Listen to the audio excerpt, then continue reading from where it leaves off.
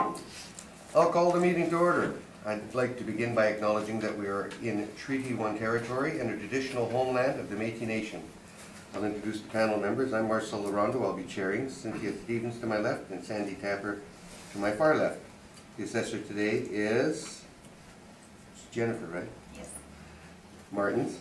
And the administrative assistant today will be Michelle Napin. We'll be hearing applications for revision of assessment roll in accordance with the Municipal Act. The matters for which revision is requested have been described in each application, and we will limit the discussions to those matters. The statements that applicants or the assessor make at this hearing are sworn testimony, and anyone speaking to the matters must be sworn in. Be advised that comparisons of assessment of properties are not considered evidence of market value by the Board of Revision. The Board of Revision is appointed annually by Council and is independent of it and the City Administration, and it makes its decisions on the basis of the evidence provided at this hearing and issues a written order that will be mailed to all parties as soon as possible. Please note that the Board's decision with respect to an application may be appealed to the Manitoba Municipal Board if the matter pertains to assessed value or classification, or to the Court of Queen's Bench if the matter pertains to application of exemption from taxation. Should you wish to appeal, information on how to do so will be included with the Board order. With respect to the hearing process, I will confirm the matters to be addressed with each applicant following the swearing in. We will then have the assessor's testimony followed by questions that the other applicant may have, and then the applicant's testimony followed by questions. Each side will have an opportunity to summarize if they wish. Once all the evidence about an application has been brought forward, the applicant may leave. The process will repeat for each item on the docket today, and the session will close after all the applications have been heard. And the Board will deliberate in private and make its decisions. You will receive the order by registered mail as soon as possible.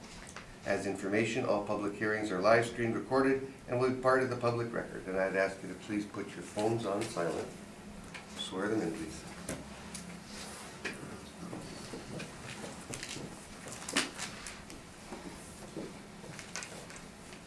Can you state your full name, please? Jennifer Martins.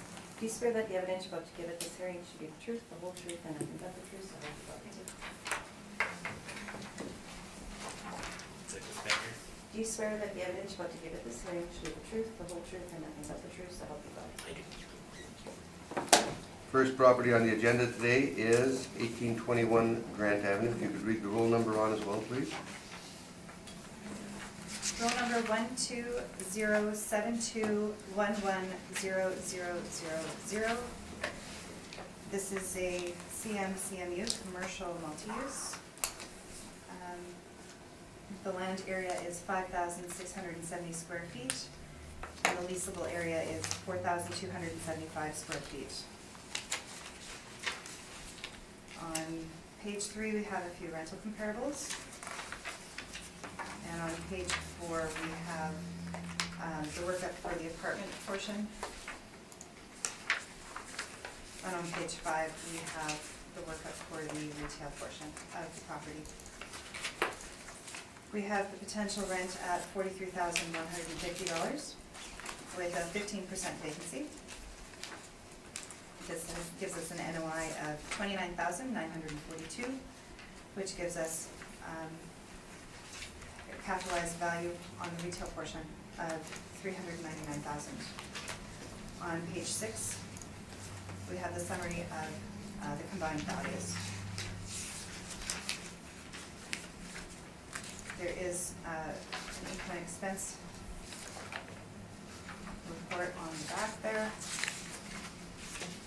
and just a picture of where this property is. It's on Grant between Centennial and Beaverbrook.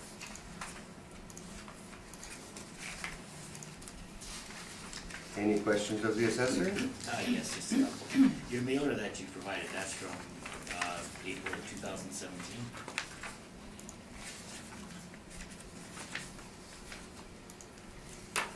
Yes. Sorry, it's a post reference. Okay, that's all the questions I have. On with your presentation.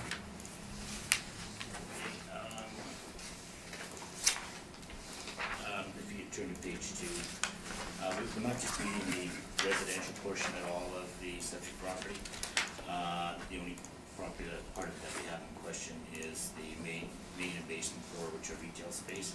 If you look at the picture on the bottom of page 2, on your on the right-hand side, there's two units. There's Fashions by Rick and then Concierta Hair Design. Those two units make up half of the main floor. The balance to the left side, I guess that would be to the west, is all vacant and has been vacant for numerous years. The basement was occupied by the owners. This used to be Frost Beauty Supplies. They used to have a building on on Gary Street that they built, and then when they sold that, they moved everything into the basement. And it was used for storage and for keeping their supplies. They closed the business down many years ago, and the basement's just, there's a little bit of residential storage in there, and that's about it. It's not being leased. The assessors put $312 on that one. We only put $3 on the rent on that one. If I could ask you to turn to page 5. For this, as mentioned earlier, we're not disputing the assessor valuation of $154 for the residential portion of the property. The 2019 commercial assessment is based on 4,275 square feet, 1145. As of the reference date, the basement of the subject was not leased and used for some personal storage by the owners. The main floor had a total of 2 tenants with leasable areas of 600 square feet each. The rents in place were as follows. $13.50 for Connie Grant, who is the hairstylist, and then $9.50 for Rick May, who is Fashions by Rick. For our valuation, we're using a net rent of $3 for the basement and $10 per square foot for the vacant area on the main floor, and the actual rents in place for the 2 occupied units. Our overall rent, including the basement and vacant areas, is $42.75 at 709. The current vacancy for the subject property, the current assessment has a vacancy rate of 15%. The subject property has had a long history of vacant space. The basement and approximately 1/2 of the main floor have been vacant for a minimum of 6 to 7 years. However, for the purpose of this report, we will be using the assessor's vacancy of 15%. Shortfall, we're using the assessor's rate of $650, 7% for the undercover expenses, and 7.5% for the capitalization rate. Based on our potential net on market rent, we have a total rent of $30,305 with 15% vacancy, 7% for management and other, and we come up with a net operating income of $19,788, capped at 7.5. We're suggesting the commercial portion should be $264,000. And if you go to the last couple of pages there, that's the ending December 31st, 2015 mailer, and it shows that the first 2 tenants that you see on page 11 in the rent roll, those are the upstairs rents for the residential portion. And then you have the bottom 2, unit 3 and 4, that's Connie Grant and Rick Mayhew, and that shows their rents for the areas that they're renting. And that's my presentation. Thank you. Jennifer, any questions? No, thank you. Sandy, any type of questions? Did you have an opportunity to, can I ask the assessor? Go ahead. Okay. Overall. Did you have an opportunity to inspect this property? No, I haven't. So were you aware of the vacancy? Yes. Oh, you weren't, okay, thank you. I have no further questions. Cynthia? So understanding that the vacancy on the main floor is long-standing, it still is retail space that could potentially be rented, is that why you continue to put a price on that one? Okay. Yes. But the basement, is there a reason why you're continuing to,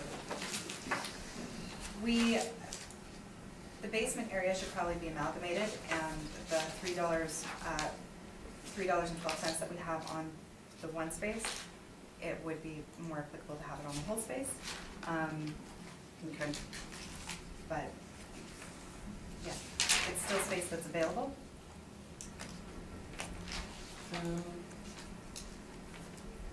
So are we just doing the assessor Go questions ahead, now? no, or- we're actually oh. doing his, but you can ask her a question. Did you have a question? I did not. No. I'm just double checking this. Sorry, you said you put a $10 square foot on the vacant? Yes. Yeah, okay. And then use the actual. And nothing on the basement? I had $3. You did put $3, so. Okay, that's all I have, thank you. Access to the basement is where? There was actually a door between the hair salon. I guess if I should look at page 2 again.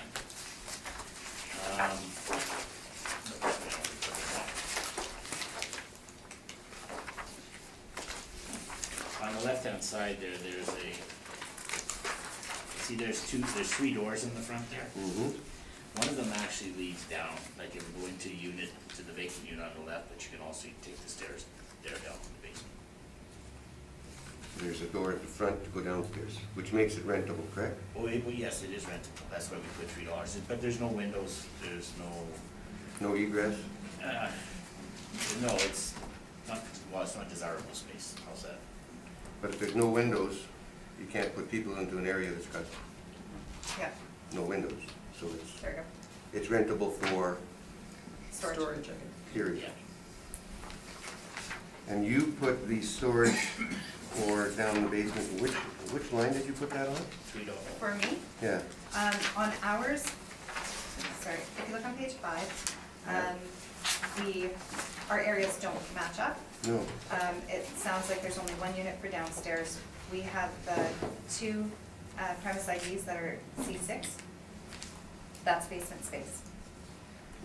which one? At the very bottom, there's C6, if you look under tenant C6? house. Yeah. 1,200 square feet? Yes, That's it, would you have it 859? yes, Did I hear you say that 312 would be more reasonable? definitely. Okay. Why would we not have used the actuals from 2015 for the rent, if you had them, instead of bringing the 2017? Because I made a mistake. Oh, okay.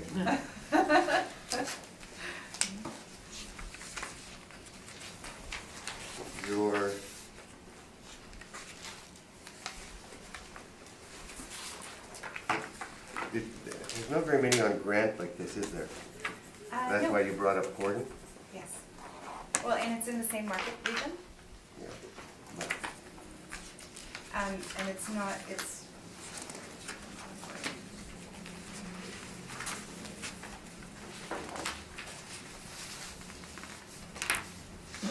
and because they're similar usage, they're classed similarly for similar use. It's hair salon type businesses in there. Okay on the cap.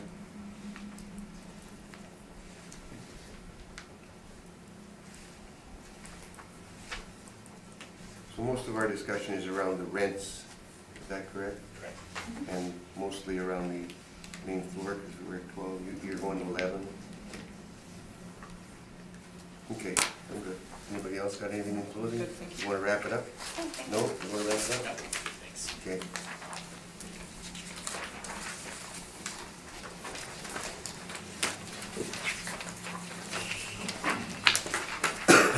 The next one will be 900 St. James.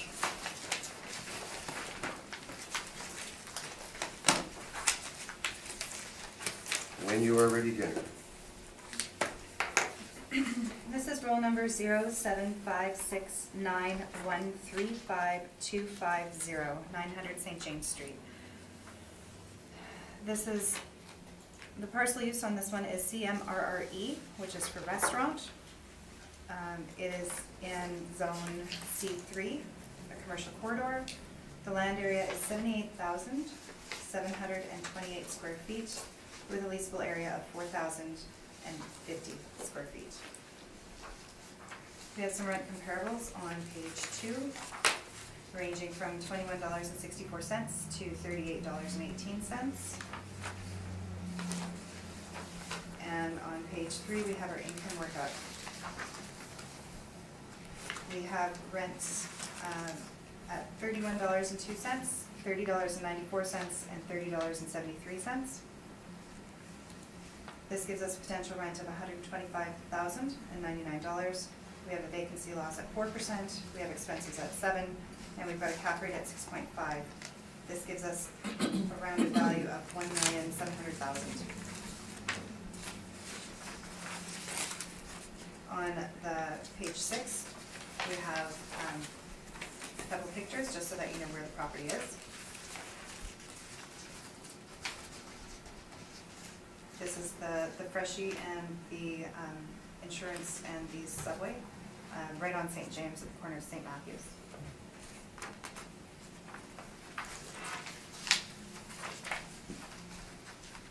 We don't have a mailer on this one because it was built in 2017. Questions? Just a couple. Okay. On page 4, your capitalization rate, where would that fit in? Would that,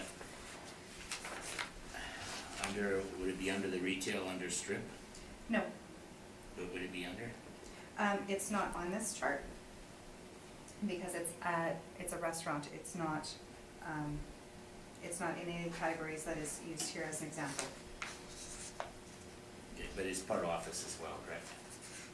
Like, one of the units is office, one of them, and 2 of them are restaurant? Yes, but we put the parcel use code as restaurant. Okay, if it was all office, then it would be strip, and the cap rate would be between 5.75 and 8.75? Is that, or I'm sorry, between 7 and 7.25? Just curious, like, I know you classify it as a restaurant, but I always consider a restaurant sort of be a standalone, like a McDonald's or something like that. But if it was a retail strip, it would be between 7 and 7.25 a cap rate based on your study? But it could be as low as 5.75, depending on when it was built, and this one was just built in 2017. Okay. The exposure from St. James is actually the back of the building, correct? Yes. Okay, that's all the questions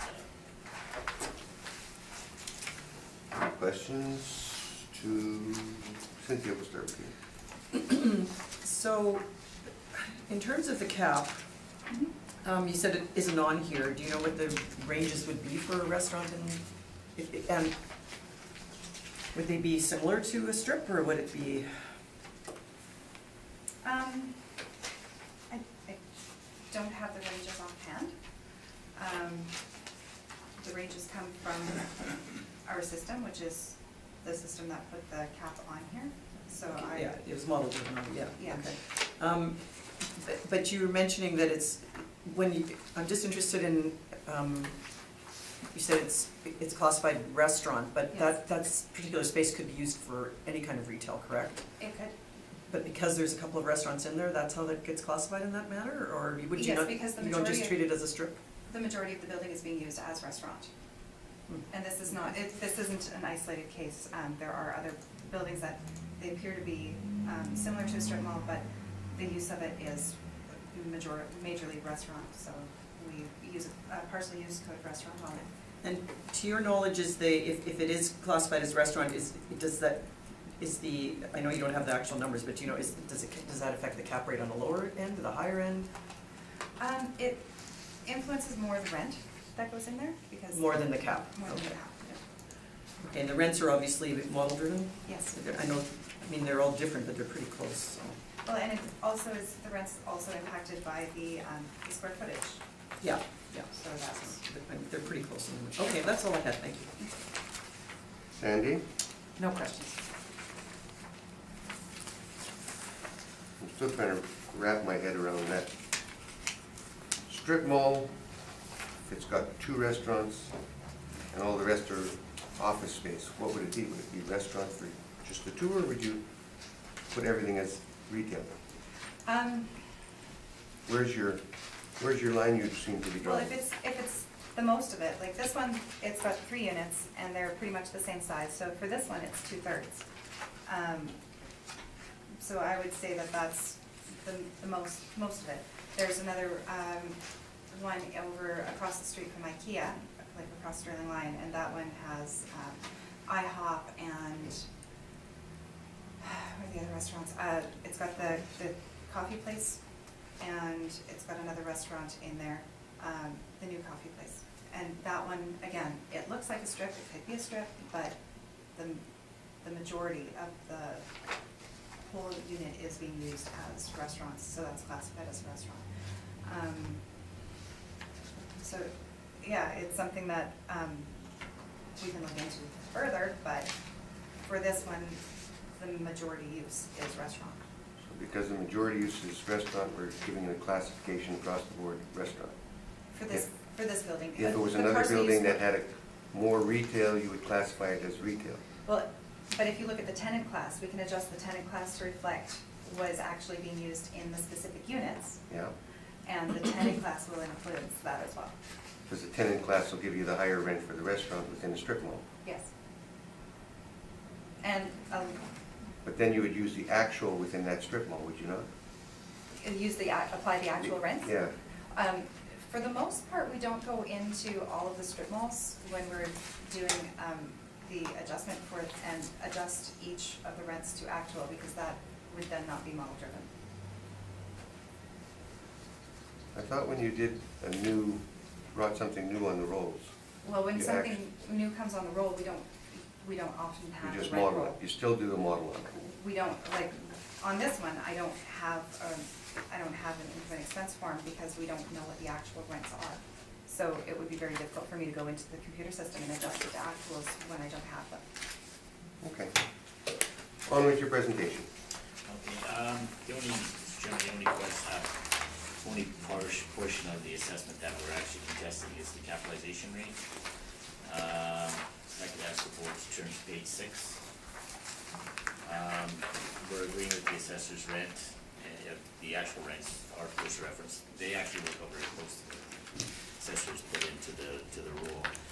We're not disputing the vacancy of 4% or the shortfall or the unrecovered expenses. We're just suggesting that the capitalization rate should be 7% or no less than 7% for the subject property.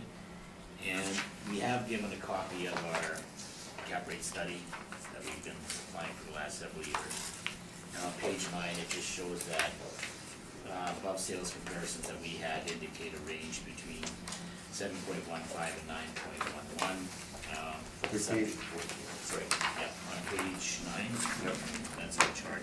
It's just our summary of our cap rate study. And then I'd like to also ask the board to turn to page 9 of the brief. This was for a 2018 appeal for a McDonald's on Ellis, just down the street. It's this freestanding McDonald's building. At the hearing, we were requesting, the assessor was using a capitalization rate of 6.5 on this one. We were suggesting a rate of 7.25. And if you wish to derive the value of $1,825,000, and if you go to page 17, you'll see that the board agreed with our evaluation and used the 7.25 capitalization rate for a value of $1,825,000. Then on page 19, this is another strip just down the street. This is on the corner by the corner of Ness and St. James. This one has a bank, a Boston Pizza, and some retail area. And if you turn to page 22, you'll see that the bank was receiving a cap rate of 6.5%. The restaurant, which was a Boston Pizza, was capitalized at 7.5%, and that the retail area was capitalized at 7%. So I'm suggesting, due to the size and the age of the subject property, that the cap rate should not be any lower than 7%, and I'm suggesting a value of $1,578,000. That's my presentation. Questions? Jennifer? Sandy, questions? No questions. Cynthia? No questions? On your cap rate study on page 9, are those, any of those restaurants? If you turn to page 11, there's a, right in the middle there was an Old Robin's Donuts, and that one worked out to 7.66%. Probably built in 1960, right? And I'm not sure. That was the only restaurant that I'm aware of that was Yeah. freestanding.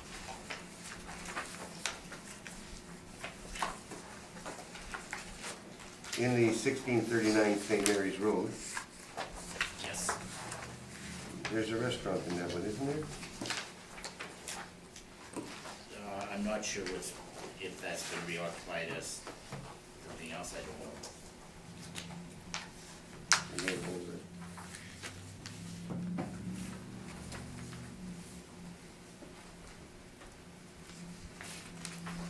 There's no newer construction in here, is there? That I'm, No, I see some remodel, but nothing new. no, nothing as new as the subject plan. So if we take your oldest one on St. James, 1250,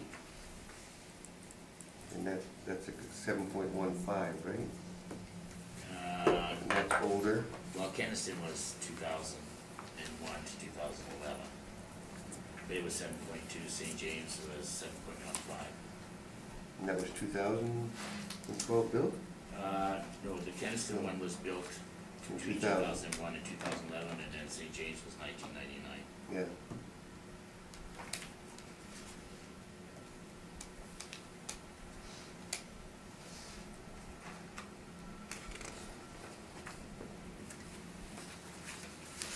So you're not doing a breakdown between a strip mall and a restaurant for cap rates, No, I'm just saying the overall cap rate should be 7%.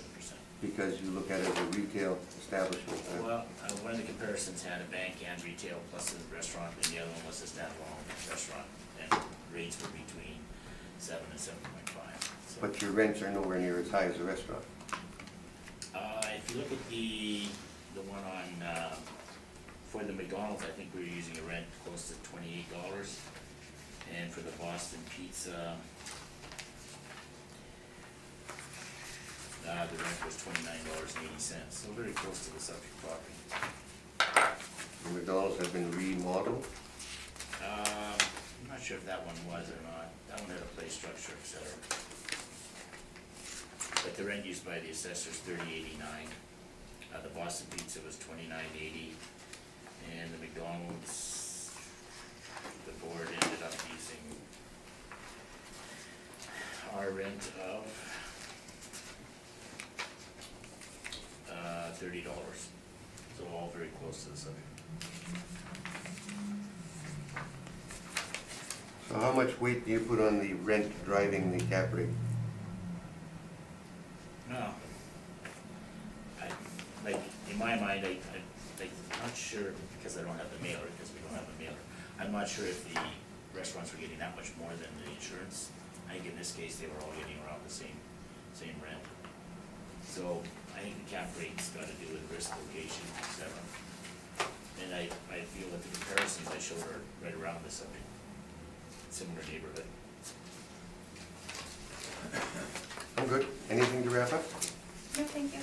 Anything to wrap up?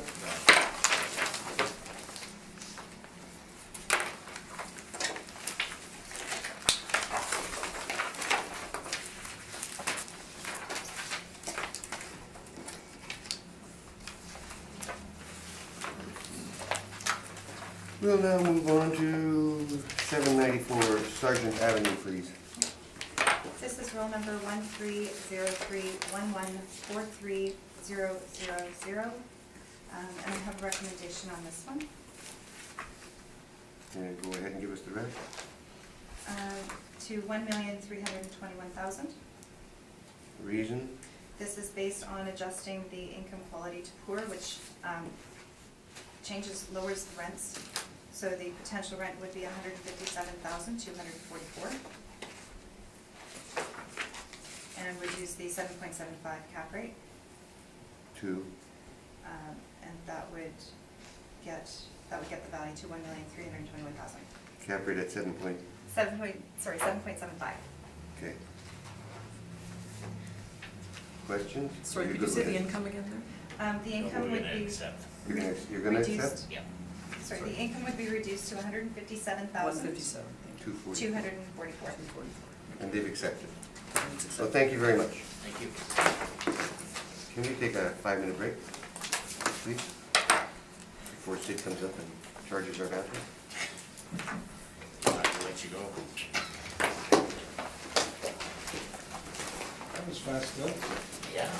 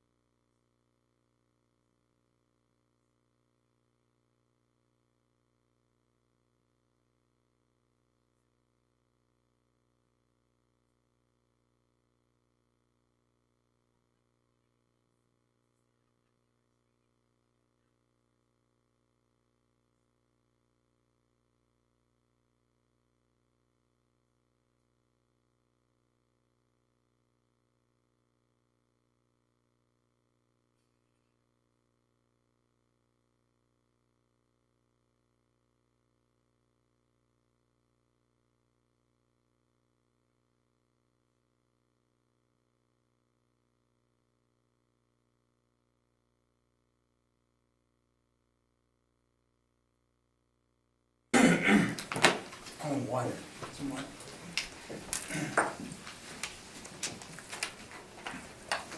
Back on.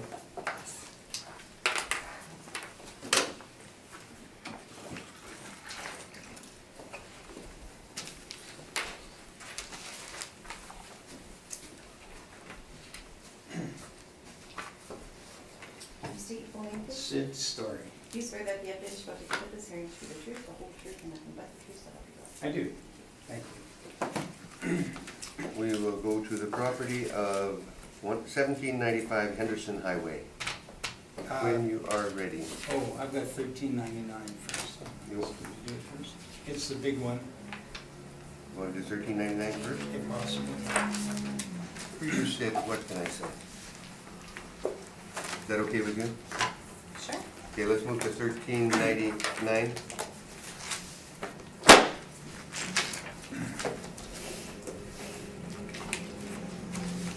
McPhillip Street. Roll number, please.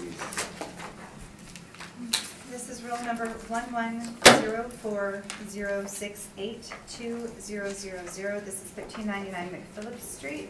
It's a neighborhood shopping center, zone C4. The land area is 640,914 square feet. The leasable area is 189,296 square feet.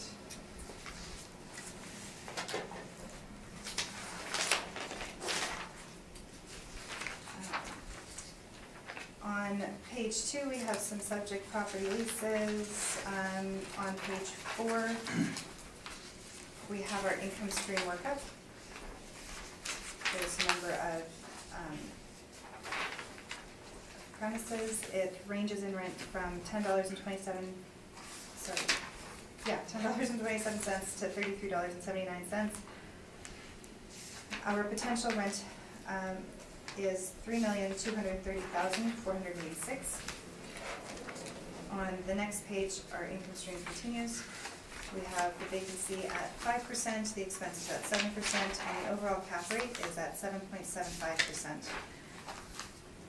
The estimated value after adjustments is $35,911,000.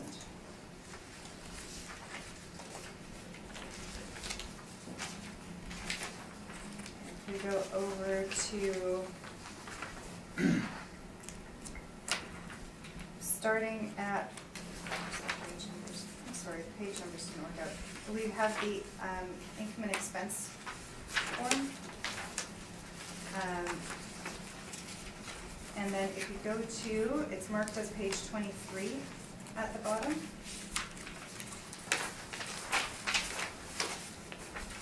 I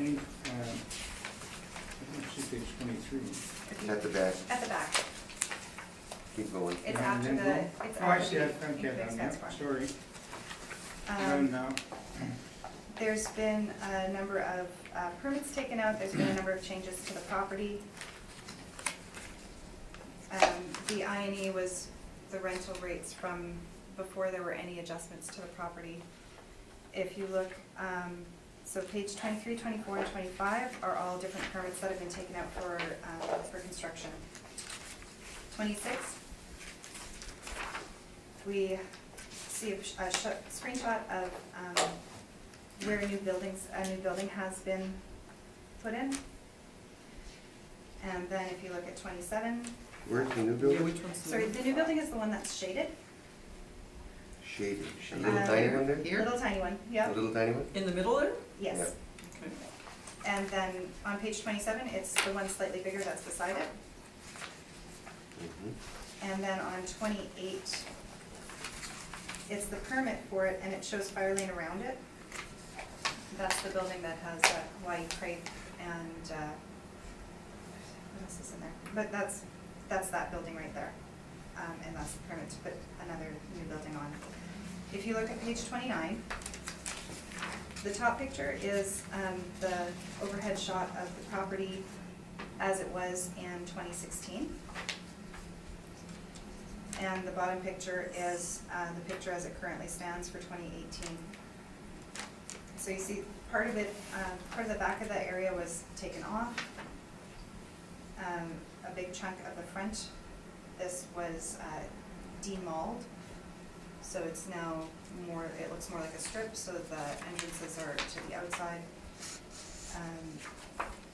There's extensive renovations to save on foods, to switch it from the cellars, then vacant, and then to put save on foods in. There was extensive renovations put in. And then you see the 3 new buildings. Numbers 1379, 1377, and 1385.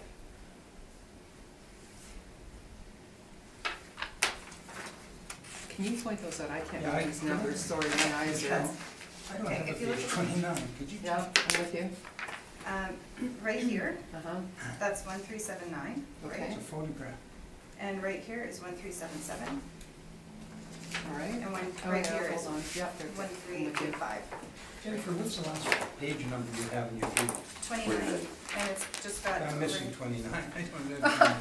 That's okay, could we just go through that again, what's top and Okay. bottom? The top is 2016, Yeah. and then on the bottom, that's, shows it's 2018, and it shows the changes that have gone. If you look at the difference in the configuration of the main mall part, you see that the front section of, the section of the mall that faces the parking lot, there was deconstruction there. This chunk over here, this is where the movie theater is on the end. It now sticks out. It used to be even with the line. And so the shops that were inside the mall, they're now front facing to the parking lot and as a strip instead of as a mall. And then the new buildings here. You see the new buildings, Sid? I know where they are, but I don't know Okay. which one you're referring to. You're talking about this one here? The 3 new buildings, Where that's the one Tim of them. Hortons is? Yeah, Tim Yeah. Hortons and Kauai Tim Hortons Grey. is one and Jollibee's the other. Yeah, There's 3 buildings actually, yes, that's what I said, 3 buildings. yeah. Yeah, 3 new buildings. yes.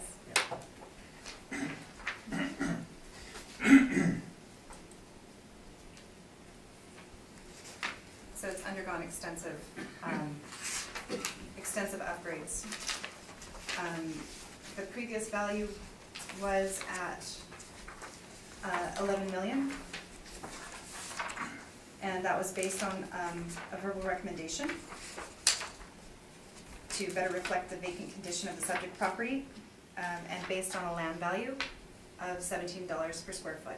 So for 2018, it was treated simply as land value.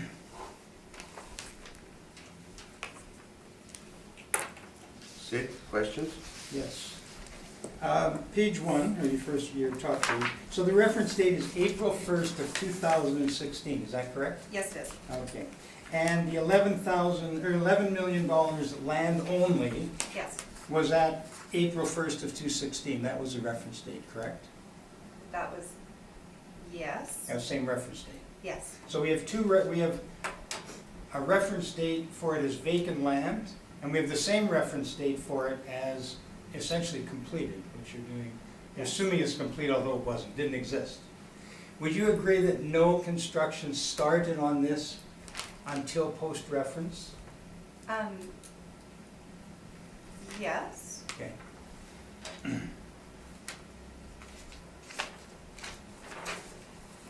I'll get into it in a little more length in a moment. We'll just go through your brief for a minute. Page 2, these are leases in the subject. Yes, Okay, are you aware that Dollarama is a gross lease, not a net lease? sure, You are? that's, I can take a look if you'd like.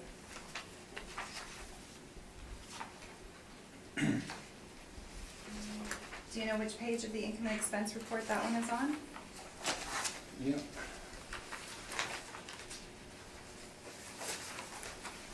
You know what, I'll take your word for it. Okay, it's I'll gross get- lease. He'll give it to us. Dollarama is on, Yeah. it's on page 4. No, I think this is very important, Mr. Chair, we're gonna get this sorted out. Page 4, and you'll see the $17, but you see there's no OPEC, which is op costs, or taxes. So the 17 is a gross figure, the net is I'll go into that in my brief. Okay. Okay, and then, so that $17 lease is a gross lease. And the next, Page 4 of the income. we're still on page 2 of the assessor's brief. Mhm. And then we drop down in the Royal Bank, which is a 2258 lease. That includes, at the reference date, they had an outside drive-through bank teller. That's gone now with new construction. But that includes some ATMs, is that correct? Or do you know? I'm not sure about the terms of lease. Okay. And the Cinema City lease, you know, is gross. Yeah. Okay. And Cinema City is the last second-run movie house in the city of Winnipeg. You aware of Yes. that? And then we get to your comps.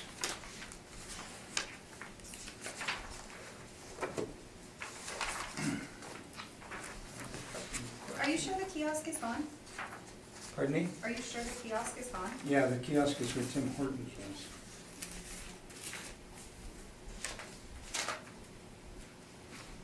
But they have an ATM inside the, it's now outside. Everything that was inside before is outside. Just as background, just so the board understands. So what they did is they demalled it by taking off the west side of the mall. It used to have an interior corridor, it no longer does, you know. It's not like a power center. Sorry, is this a question? I'm just asking if you're aware of that. Yeah, I think I Yeah. spoke to that. Okay. Okay.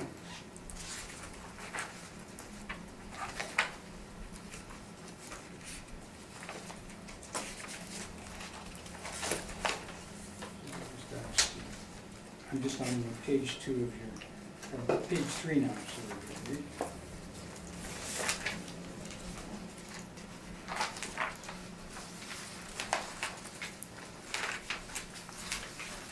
And the first one you quote is 1375 McPhillips, and that's a strip center, correct? There's no interior mall. 1375, have you been, I'm not sure. do you know it's 1375? No. Okay. And you show the bread basket, or pardon me, you show the 1,486 square feet. And is that bread basket? I'm not sure.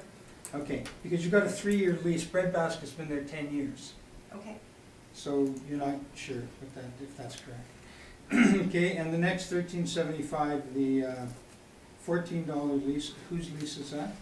I'm not sure. I don't have any of the tenant names. Okay.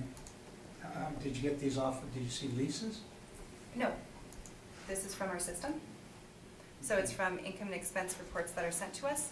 Okay. As I said, we don't get all the leases for all the tenants in the city. What we do get is income and expense reports from property owners. Okay, so 1030, keep waiting, you've got 1, 2, 3, but we don't have the unit numbers. No. And if we had the unit numbers, we could do an analysis, but, so we have no way of verifying if this is correct or not. No. Okay. Do you know offhand who these tenants are? No, I do not. 2200 McPhillips, also no tenant information. Is that correct? Correct. Do you know who this tenant is? As I've said, I don't know. who You don't know the any of tenants them? are. No. Did you prepare this brief? Yes, I did.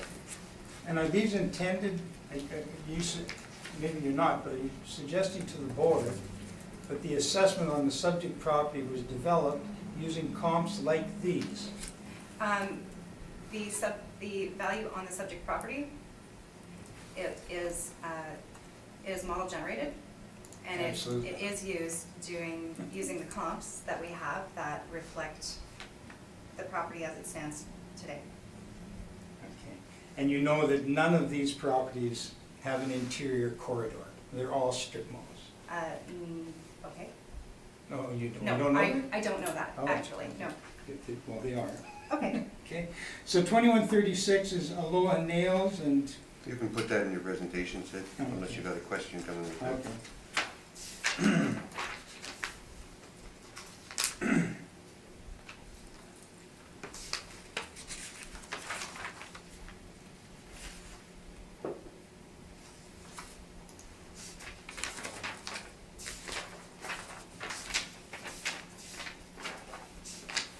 And then just going back to page 1 of 2, or pardon me, 1 of 2. There's no page number. On the questionnaire, which is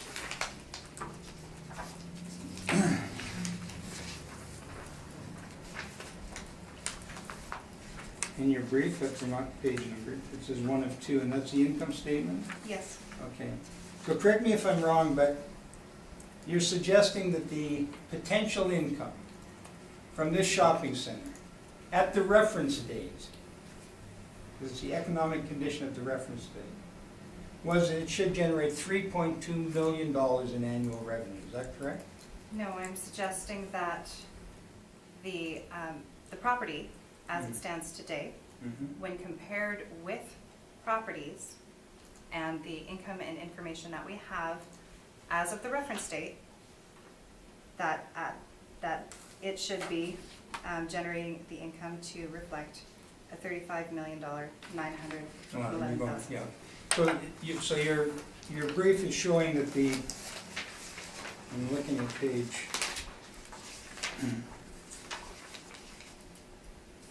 at your page 4, and it shows the revenue generated using modeling. This is Yes. totally done by model, because it didn't exist. They hadn't started construction at the reference date, Correct? okay? So the potential revenue, looking at your page 4, is $3,230,000. Yes, If you go back to the income statement from the questionnaire, the actual income earned in 2015, which was the last year before the reference date, is $124,000. yes. But since then, the property has gone through major renovations and has been improved, and we're valuing the property for for 2019, as the property stands at 2019. We're using So comparable you're using a information. post-reference year? Post-reference. No, we're using the information from our statements that we have for 2016, but we put the value on that, on the property as it looks for 2019. We don't value properties, as they stand in 2016. How many homes that we wouldn't have values on them, how many, this is, for 2018, it wasn't vacant land.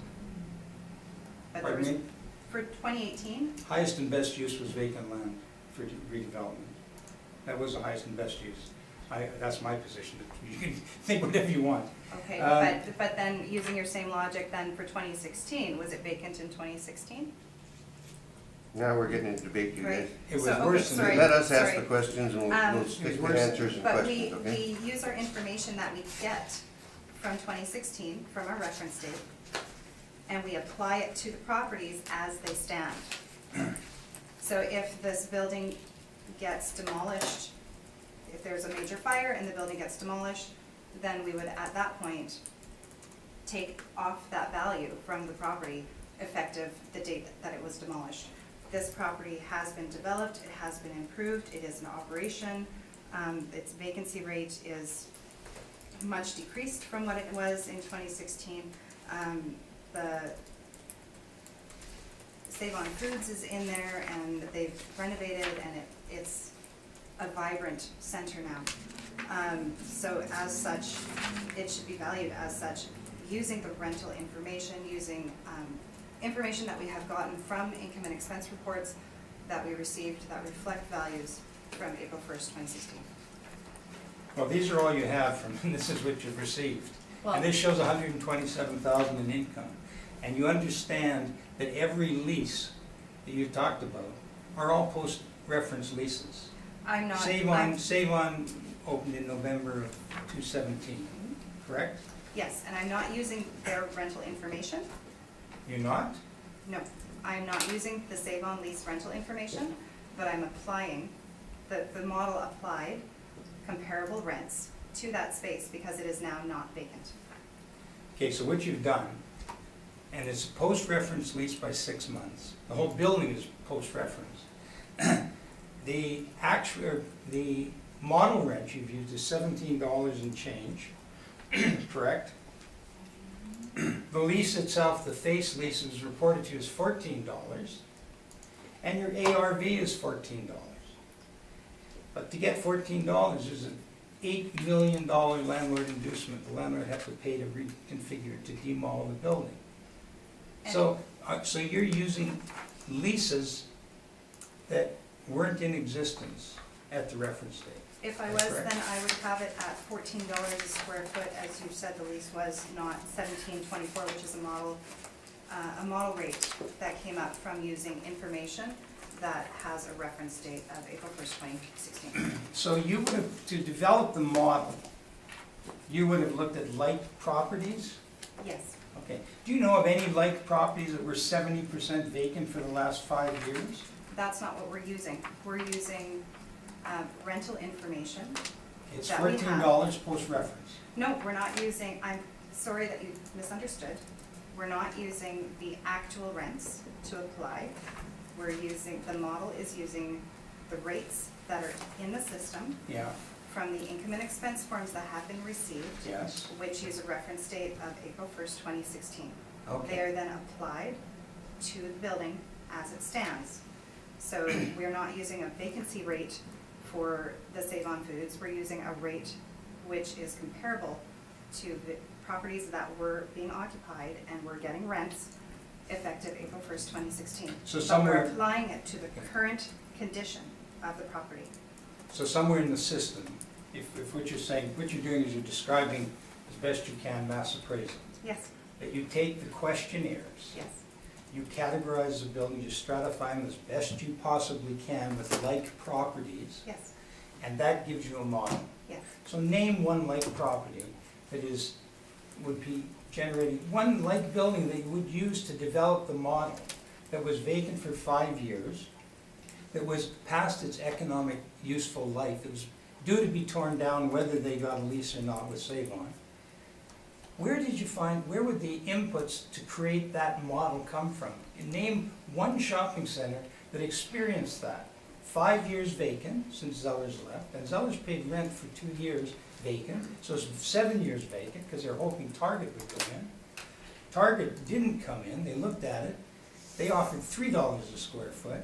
Where did the model come, where did the inputs come from that could possibly result in this, what appears inappropriate assessment? You had to use the significant leases are all post-reference. The building demolition these demolition permits you've given, the building permits, are all 217 and 18. There was nothing so you got the reference date, where this board determined the reference date for 2/16, April 1st, was land. And it should still be land, because the only way you can create a model is to pull in legal, sorry, I'm not asking questions. Oh, sorry about that. Okay, so we'll just go to, keep going and we'll get to my presentation. Can you, I'll clarify it later. Continue your question. Okay, sorry.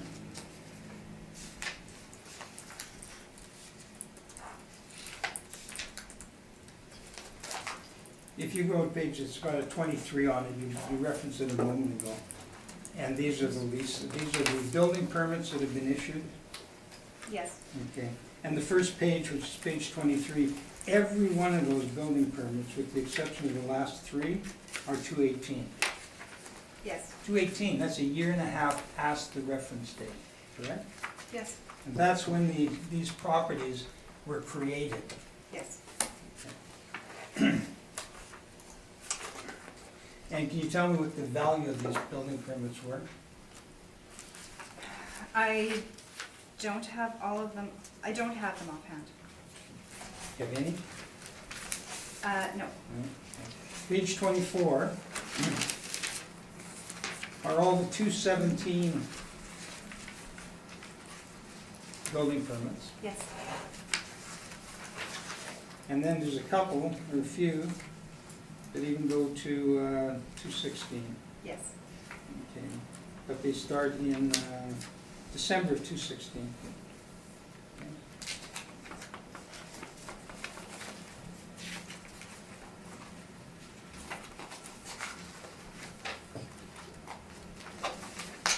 I think those are my questions. Okay. Cynthia? Sorry, I think the question got asked on one of these, but on the building permits, so we don't have a value for any of these? No, we don't have the Okay. value of any of these. As you can see, it was a major upgrade to the entire property. We do have the 2 new buildings, we do have the switch over from the vacant cellars, upgrading it significantly to meet the standards of Save-On Foods. And we do have something that hasn't happened very often in Winnipeg, if ever, demolling the Northgate, which Is that, has. I wonder if that, is that a new word now? I don't know. Careful. But that Demolish. means that the tenants don't have to pay for the upkeep of the The interior interior space, area. that's right. Yeah. So that is, and the fronts all had to get upgrades so that they had outdoor windows and doors and Yeah. everything on all of them. So it was a major upgrade for the entire mall. Do you have any knowledge of whether, is the construction complete at this point? Is there still work going on? I'm not sure if all of the permits have been closed. I'm not sure what, I don't have any other of the plans with me. I don't know if you've been there recently, but it's tough to get parking spots now. There's life back in Northgate Mall. So the spaces that you've applied rents to here, these are all occupiable at this point? Yes. All right, okay. And they're occupiable, do you know how many of them are vacant? Let's just take a look.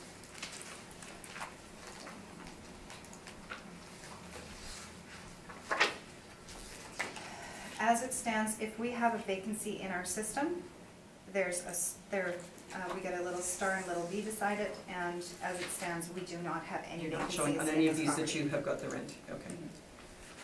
And did you, there's a lot of rents here, you didn't happen to work out an average on that, did you? It did not work out an average, hold on.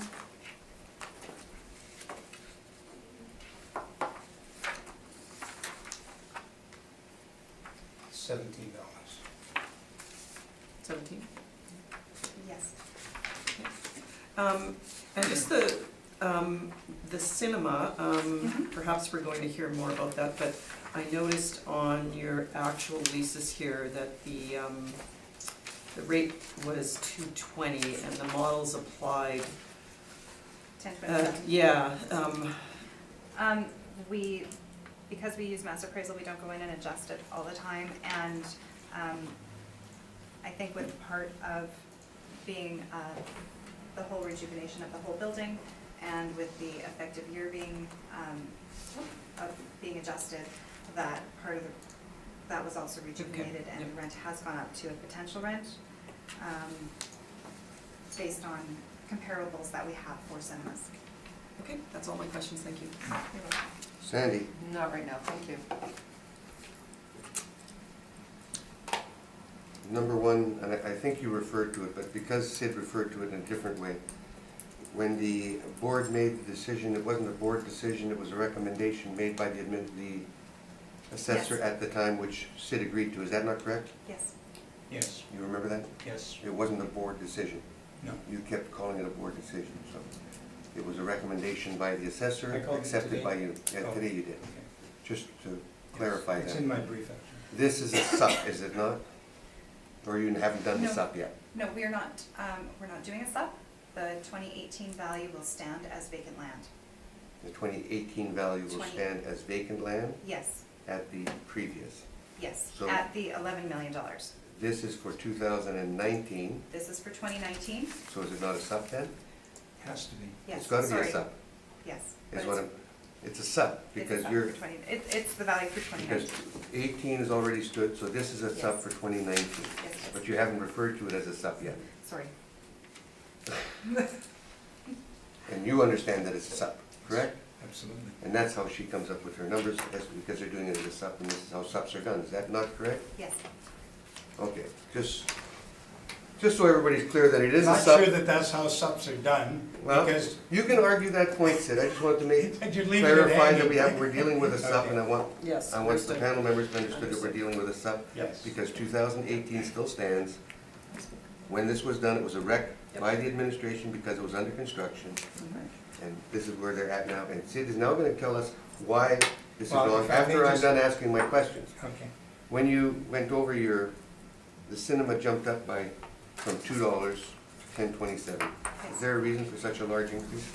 I'm not sure what the rental rate, what our rate in the system was previously, before the construction. I don't think that the actual had been applied previously, so I don't think it was a huge jump, as big of a jump. Just because they get 220, doesn't mean that's what we're applying. Okay. The kiosk, I noticed it's still on there, and the kiosk no longer exists. See, It's not a large amount, but I it's didn't there. look for the kiosk, so I'm not sure if, because I thought it was still there the last time I was there, just moved over, but Look at your picture and you'll see the kiosk is on the back.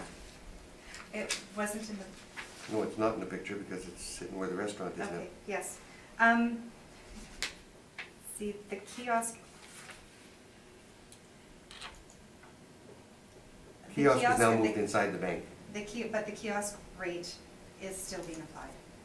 That's why I said you're still applying it, even though, but it's not there anymore, so you can't apply it no more.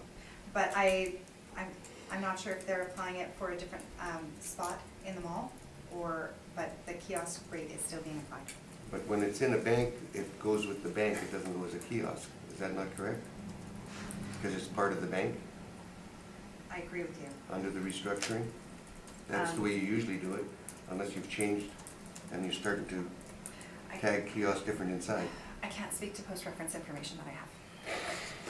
That's good, way to answer it. Thank you. Your restaurants, when you were dealing with the restaurant, Yes. now that they're standing individual, are they affecting your cap rate overall? Because they are standalone restaurants now? Their rent is higher, because you Yeah. can see that the restaurants that we have is A2. It's hard to say what they're doing with this cap rate as compared to other cap rates that we've discussed, because this is an entirely different situation. We've, But where I'm coming from is, Yeah. you've got a cap rate here Yes. that you've come up with. yes, How did you come up with that cap rate? we did, When- sorry, When you've got a property now that has independent restaurants on it, Mhm. a strip mall on it? Because previously we had a discussion about this. Yes, no, we have made this a neighborhood shopping center. Mhm. And instead of having numerous streams, which tends to become an issue, and it causes contention, we've streamlined it into a single income stream. So the restaurants are a separate building, but they're still in the same income stream. They're still classified under the neighborhood shopping center, but then they've got the tenant class adjusted for A2. So that it will bring their rents more in line with other freestanding restaurants. But because this is a very different situation, it's all included as one property. So this is new now that we're starting to use the income stream. We hadn't done that in prior years. Yes, we're working towards making things easier to understand, easier to deal with, to try to streamline things. But as we get this information, it would be helpful if we had a sheet that gave us that breakdown It on would how be. on how we come to these numbers, because you're giving us rents, you're giving us a cap rate, you're saying you're working the income stream into it, Yeah. but it's not giving us anything that we can conclusively say, this is right, this is wrong. The concern, though, is we don't really have very many sales of neighborhood shopping Mhm. centers, so it's very difficult for anyone to come up with a neighborhood shopping center cap rate that we can apply, because we need sales in order to, we need recent sales in order to be able to accurately apply a neighborhood shopping center cap rate on it. And I don't think that there are very many neighborhood shopping center sales that we have in our file. But a lot of the malls now are being, this is what's happening to them, we have it happening Fort Richmond, we have it happening. You can see all retail. All the retail, and- Malls, you can have residential. And we're starting to see a lot of these malls, as we call them, Yes, starting to go into that income stream. yes. We have it on Keniston, we dealt with it last year. And we moved it into an income stream Yes. because it was part of the Marshalls and all the rest, so. It's interesting, I'm looking forward to your Me too. story on this one, Sid. And we It's a will, long story. and then we'll get on to it again. I think we're all done with our questions, I'm sorry. On, Sid, with the stuff that we're dealing with. Okay, before we proceed, may I wash my hands? You may. 1 minute break. 1 minute.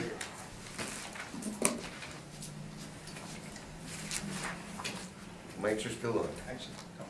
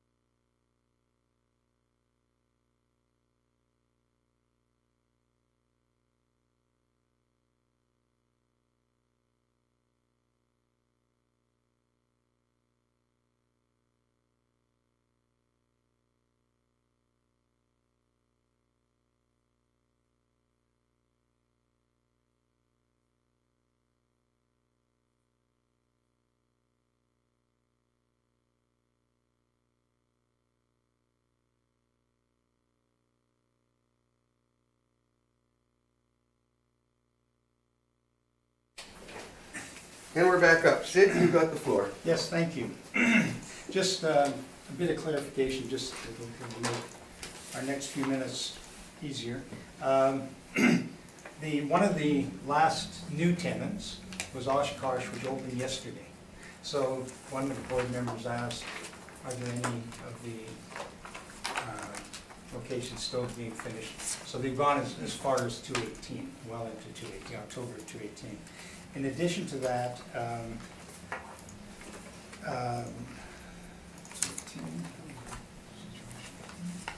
question. Oh, yes, the vacancy. Yeah, the vacancy as it sits today is about 10%, but we'll get into that in my brief. There's a question on that.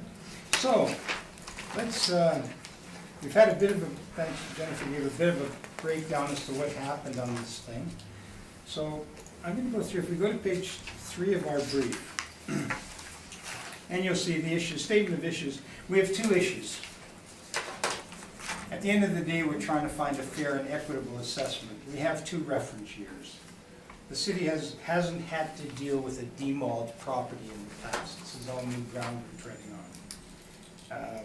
I believe that the recommendation that was made last cycle, this cycle, there's a 216 reference year, was the appropriate one because that was the actual highest and best use. And really this type of property, until such time as it's finished, completely finished, and we have a history, should probably be on the cost basis, and I'll refer to that as we get into it. So the 2 areas we're going to talk about are the vacancy. What should the normalized vacancy or the vacancy allowance be on this particular property, which is a remarkable risk and challenge to the owners to make this large, because they had no choices with Northgate. Northgate was the second-run shopping center as well as the support center. So we're going to discuss what the market rent should be. The assessor, you'll see as I go through my material, has relied exclusively on post-reference year leases, but a post-reference date, or a reference date of April 1st, 2016. It's right in the first page of the brief. And the second thing we're going to talk about, vacancy and market rent are the 2 issues in their statement of issues. Now let's go to 1399, or to page 3. So, before redevelopment, there was the former Zellers and the former storage. When it was a Kmart, which is many years ago, it was 142,000 square feet. when it was operated as a Zellers, it was cut back to 118,260, and the back 24,000 had never been used. They hadn't been used since Kmart was there. There's a bank in the site, there's a cinema, there's restaurants, there's miscellaneous retail. That was down the enclosed corridor on either side. 41,000, pardon me, 41,000, and there's some miscellaneous storage. So there was 230,000 square feet of space before redevelopment. If you flip quickly to page 38, and then we'll come back to page 3, but you'll see that in 2014 the vacancy was 61.8%. In 2015 the vacancy was 56.56%, and in 2016 it was 58%. So that was the state of it before redevelopment. It was on 230,000 square feet. The anchor tenant sat there, had been vacant for 5 years, and lease rent paid but not there for 2. So for 7 years it sat vacant. That was the Zellers and 2 up above. So what did they do? They found out, bless his heart, and a realtor, commercial realtor in Winnipeg, found out that Save-On were looking at Winnipeg. And he went to them with Northgate Shopping Center because they wanted a North End location. But they weren't prepared to entertain anything other than the power center. They wanted to be freestanding, they didn't want to be connected to a mall. They were very specific in their demands. This landlord, who knew he had no other options if he stayed there, look at the vacancy for all these years, was done. So he did it, he took the gamble and he did that. So what did they do? Well, they built a 65, and now we go to after redevelopment. They built a 65,000 square foot store by taking some of the former Zellers space and building a 65,000 square foot store. They also they demolished and created loading doors. It was $5 million, pardon me, $3 million, 5 at the front, at the back of the building. So they tore down 52,000 square feet to do that. And then the bank, the cinema, the restaurants, and some miscellaneous retail stayed in place. And then they built what amounted to 3 CRUs. One is 5,000 square feet. One is, it's 11 and 12. It's 5, 6, and 5. 5, 6, and 5. Those are the new CRUs that were built in 26, post after the reference date. They didn't exist at the reference date. They were built in 2016, latter part of 2016 and 2017. They didn't exist at the reference date. The revised square footage went from 230,000 down to 189,000. And one of the conditions of Save-On coming to Winnipeg and being on that mall is they wanted to follow the superstore model. They wanted a Good Life Fitness on the site.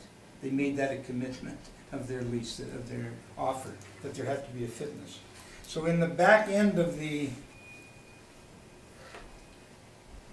what was the empty Zellers space, they created a fitness club called Fit for Life, which is part of the Good Life chain. That's 25,000 square feet. And they demolished 51,000 square feet to build overhead doors and loading for semi-trailers and ramps. So the former Zellers retail, if you look at the second part, that was 142,000 square feet, became 65 square feet leasable and 25 leasable, and the loading demo came into the Save-On lease. So there were 3 goals. Number 1 was to prepare the space for Save-On, and they did that. And they had until November, and this is very interesting, they had until Save-On wanted to open or was able to open in November of 2016. That's 6 months after the reference date. That's when their lease started. However, in the event that they didn't have the mall demalled and didn't meet the criteria by November of 2017, their lease reverted to straight op costs.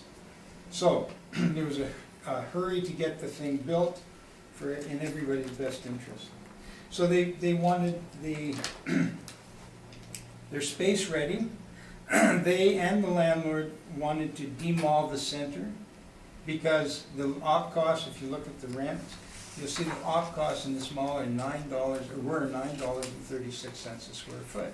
It's got an interior mall, it's heated and huge common areas, and they're just functionally obsolete. Nobody's building enclosed or strip malls with interior corridors. So that's what the job was, is how do you get a tenant? Save-On was new to the market. They thought they wanted to open an international store. The ethnic aspects were there. They wanted to cater to the entire market, of course, but they identified as part of their international, there's a Filipino section, there's an East Indian section. They're there, and for now it's working. Go to the next page. This is the unmalling of Northgate Shopping Center. And I'm not going to go through everything with you, but I'll leave the briefs with you to read in good time. And it talks about exactly what we said. If you go to the first paragraph, it says Northgate Shopping Center, and it says owned by a family outside of Manitoba. It's owned by the Gwaltney family, who are formerly from New Mexico. And the Mar West people participated in this redevelopment because of the cost. So they bought in. They seem to be content for many years to slowly decline. So with the closure of Zeller's earlier, and that was in 2013, Zeller's closed, it left 120,000 square feet whole. That's what I was telling you. Target snubbed his location. Target looked at it for a year or 2 years, and they paid rent. Zellers paid rent for 2 years, hoping that they would take over again, but they didn't.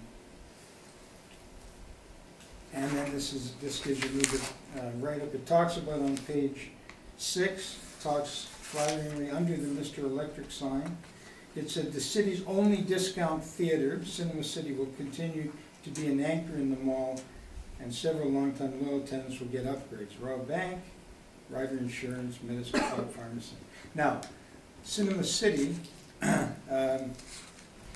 is the last. There were a number of Landmark, Globe, there were a number of N6, 29, Gilbert. There were a number of second-run theaters.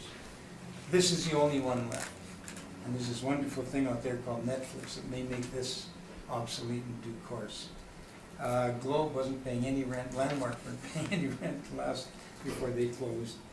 And but they talk about that cinema still there, and it is. That cinema survived the demolition. If you go to the next page, which is page 8, this is our position. This is the 189,000 square feet, 329. If we go through it, I'll bring evidence for you to review momentarily, that the net effective rent for Save-On was $8 million spent, new faces, HVAC, everything was upgraded, loading docks. The net effective rent is $679. When they undertook this situation, the redevelopment, they were hoping they'd net out at net effective of $6, which they're better than that for $679. However, some of the yard lighting, they have to upgrade the yard lighting at $700,000. They haven't done it yet. Still some stuff to do. The farmer's storage, we've taken it out.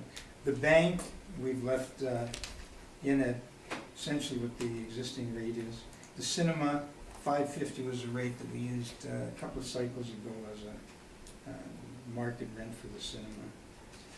The restaurants, we're using $13.82 because those are the amounts that the average of the small retailers, not the new retail, the smaller retailers, were in the last, at the reference date.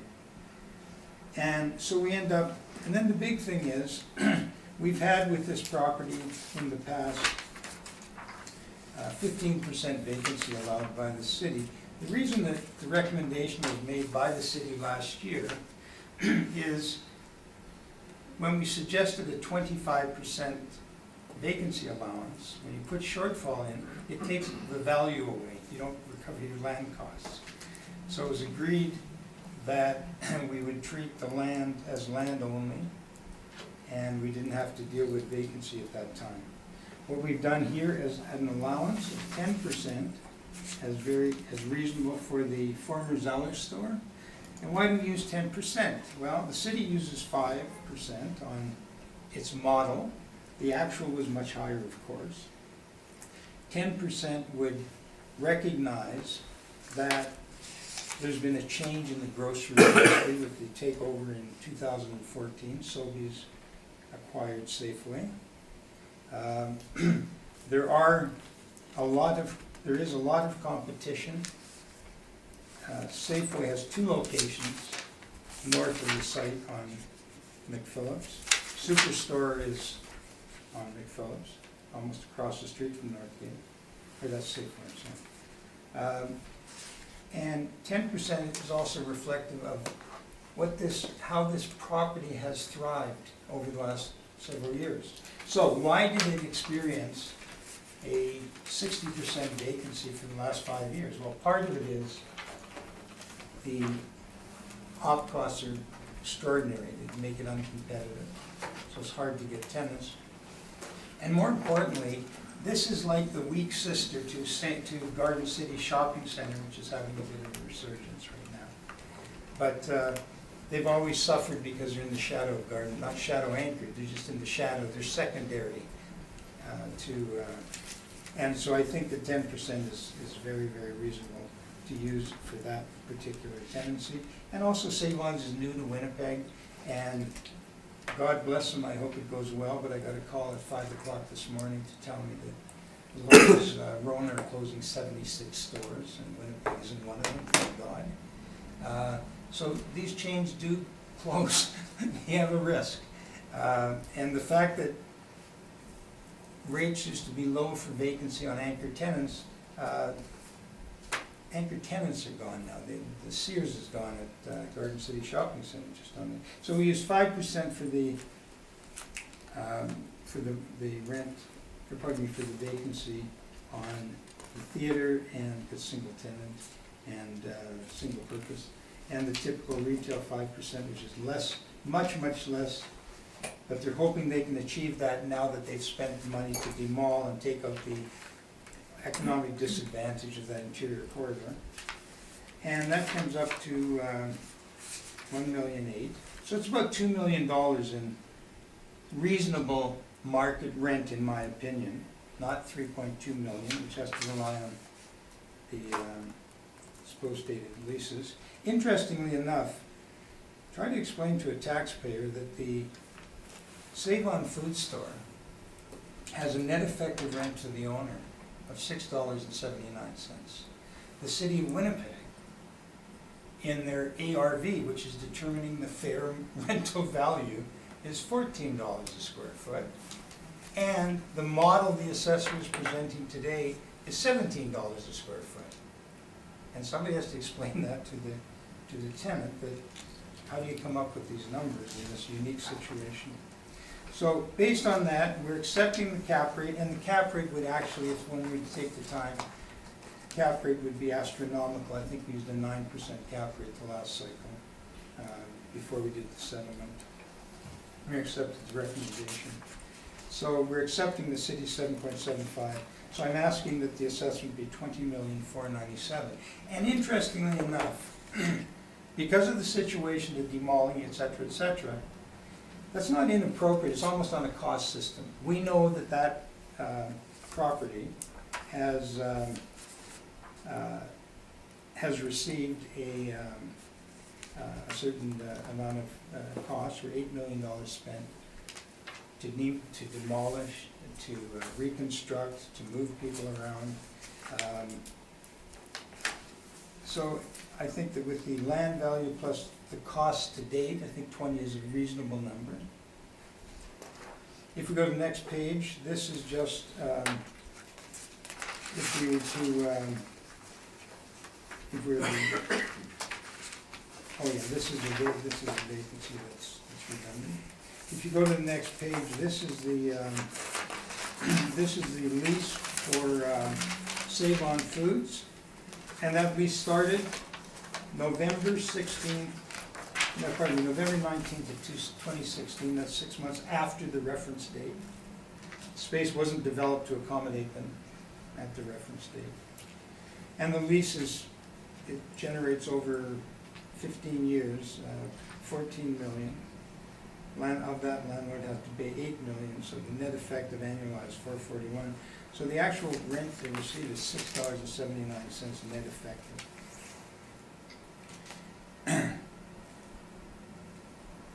If you go to the next page, this is the reason I asked you to do Northgate first. I just wanted to give you an idea.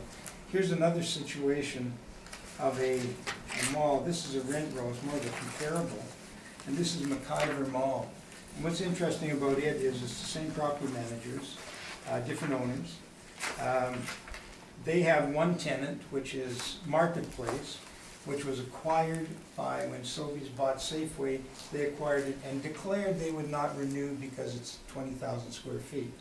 And 20,000 square foot grocery store is too small to be a supermarket, and it's too large to be a convenience store. So their lease is due to expire, but they're paying $8.50 a square foot, and they've chosen not to renew. I just wanted to give you that feel. That's called the Marketplace on McIver Mall. It's on Henderson Highway. That's on our docket later today.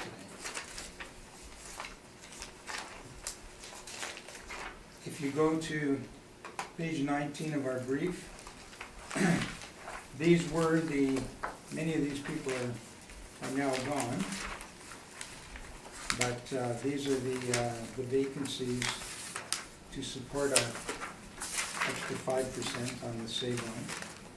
And you can see that in yellow, 61, 56, and 58 over the last 3 years.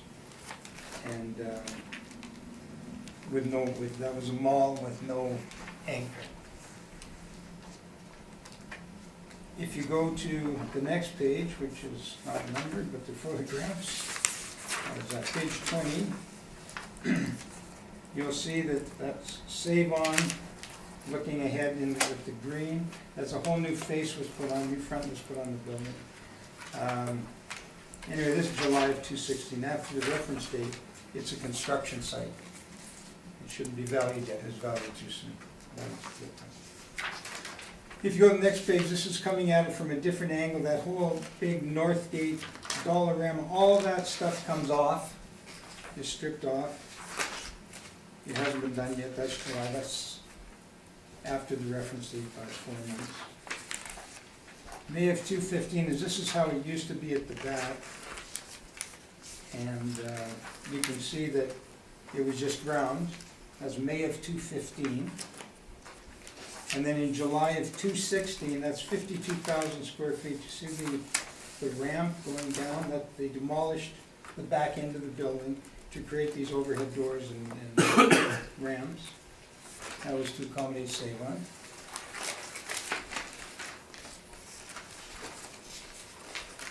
If you go to page 24, that's the infamous supplementary. The ticket from 11, land owner, to 35.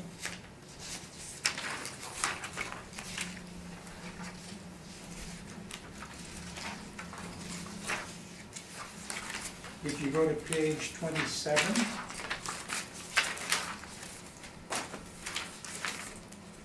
page 27 is the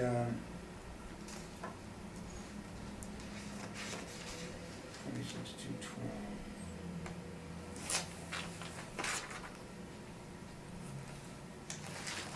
That's the ARV for the cinema, $785. For Fit for Life is the next, that's on page 28, it's 950. Oh, it repeats itself. Yeah, that's Fit for Life, page 29. That was the one that was built at the back of the shopping center next to that loading door, and it was built into the existing space that formerly was ours. And then the next one is, this is the ARV at $14 a square foot for the large space for Save-On, $65,000. So the city determined the fair market value for business tax purposes was $14 a square foot. The model they used to develop the assessment was $17.24. And the net effective rent is $6.79. If you go to the next page, 31, this is a decision, recommendation from the assessor, Mr. Taylor, page 31, everybody with us? And you'll see that this is taking the 24 million, which was the initial assessment. We were showing on an income approach, an assessment to be much lower than that. And it was decided that if they conceded us the 25% vacancy, which was not inappropriate, it would end up with no value. So we went to, so the recommendation from the department was to go to straight land value. And that was 11. And this is the presentation at 218 and 219 that we took to the board. And you can see we were, at that time, we were asking for a 10% vacancy rate. If you flip the page, you'll see that the city gave us 15% on page 36. Again, same reference date. It's all April 1st of 2016 reference date. And at that time, they gave us 15% for the vacancy allowance. If we took it to 25, we wiped out the value. And then you'll see if we go to, starting on page 38, gives you again that summary of the vacancy, and then starting on page 39 is the actual rent roll at 216. And I'll ask you to flip to page 49.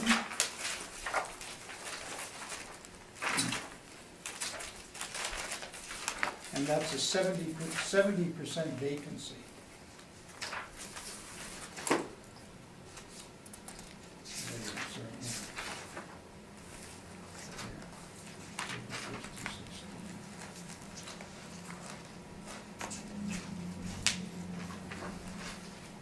And then, it's post facto, that's all the city dealt with. Everything the city dealt with this session was post facto. So I'll ask you to change to page 37. It's a post facto reference, rent roll at October 1 of 2018. Page 37? Page 37. Wait. Oh, 57, sorry. I'm going. Yeah. I got a thing on my, sorry. Sorry about that, but it just wasn't fitting me. It's Prairie Eye Care, that's what I'm looking at. That's fitting. Now, this is kind of interesting. This isn't these are post facto leases. These leases didn't exist at the reference date. Save on Foods for $65,000, a little circle, a little green circle. Prairie Eye Care didn't exist. Dollarama was still there. Pro Nails was there. Joey's was moved. Joey's was in the part that was demolished, so they were moved around. They only, they recently, they were one of the last ones to make a move. Tim Hortons wasn't there at the reference date. Go to page 60, Walking Chiropractor wasn't there at the reference date. And going to page 62, Booster Juice wasn't there at the reference date. Good Life Fitness. Good Life Fitness wasn't there at the reference date. As a matter of fact, its lease started in October of 2017. So that's a year and a half almost after the reference date. Second page, Kauai Crate, so some discussion about it earlier. That lease started in September of 2017, again post-reference. If you go to the next page, which is 65, Bar Burrito, that lease started in 2018. That's more than a year and a half from the reference date. Opad Grease started in March of 2017. Wasn't there at the reference date. Dairy Queen was relocated from, this part of the space was demolished, and they were put out front. It wasn't there at the, some space wasn't built at the reference date. And then Honeybee Foods, which is Jollibee, the big exciting one, opened in November of 2017. So they opened almost a year and a half after the reference date. And then you'll see, one of the board members was asking, is there any current vacancy? Yes, there is. 1290 square feet is vacant. 1337 is vacant, 206, 1849, 1126, 41. There's about 13% vacancy currently. We're even 10% here. It's a little more than 10%. 19,000 square feet vacant, other 169, and 169 occupied, other 188. Then if you go to the next page, Which is? 70. And these are inducements. This is what it takes to get these tenants, because you've got to remember, the Pizza Hut had a sit-in restaurant in Northgate. So you go there, you sit inside, and have your lunch. That was demolished. So they moved them out from 3,000 square feet to 1,000 or 1,400 square feet in a freestanding building, but they compensated them $300,000. Pizza Hut, what's 6 down? So, what did they do with Fit for Lease? We talked about this before. Fit for Lease is a brand new tenant, it's post-reference year, it's late 2017. They're getting $9.75 a square foot. That's market rent. It's an arm's length transaction with Good Life Fitness. And to get them there at $9, and it's a 5-year lease, to get them there at $9.75, they have to give them landlord inducements. They have to cut them a check for $380,000. Sorry, are these all post-reference? Everything we're talking about is post-reference. Yes, they didn't build, the fitness didn't open until late in 2017. You're treating it as if it existed in 2016. No. Yes, they are post-reference, yes. Okay, so, Let me just finish. Dairy Queen was a lawsuit, and they ended up having to buy the franchise to be able to relocate it. Booster Juice, they gave $24,000. Jollibee, they gave $83,000 as an inducement. Pizza Hut, I explained how that happened. Dollarama had a unique situation. They paid $17 a square foot, but that included common area and taxes. They paid $569. Now you got to move them. So they got an inducement of $267,000. PC Vision 113, Crow Nails Rider. These two, Oshkosh Pinosh and Korean Restaurant, are future. They didn't exist when we did the brief. Oshkosh, I think, is just open. I heard yesterday they opened. The Korean restaurant's not open yet. So it's still not quite finished. Northgate Dental, Kauai Crate, Chiropractic, Integrate. So, in the box, that space isn't finished. So just to give you an idea of market rent, I think our market rents that we're using are very, very fair and very reasonable. Then you get to the back, page 71, Winnipeg Free Press. Northgate Revitalization, halfway home. When are they halfway home? At November 21st of 2016. That's 6 months after the reference date. And this is the reason we put this in, is just to show that that's when they open. If you flip the page, Page 72, it said the 65,000 square opened on Saturday. It's a halfway point in a multi-year, multi-million-dollar revitalization of Northgate. The out-of-province family that owns it is investing $20 million to transform it from an outdated enclosed mall into a modern air center. They hope to complete the transformation by November of 2017. That's when Save-On got in. If you read the bottom paragraph, the mall fell on tough times after the 1,200 square foot Zellers closed and left more than half empty. I showed you the statistics on that. Adding to its woes was a high cost of maintaining an enclosed mall of $9.63 a square foot. In some cases, the common areas were higher than rent. As part of this, just to refresh what we talked about, as part of the owners are demolishing a back portion of the L-shaped mall, redoing the exterior of the remaining complex, and building several new single and multi-tenant buildings on the property. These change the look of the center and give it a new lease on life.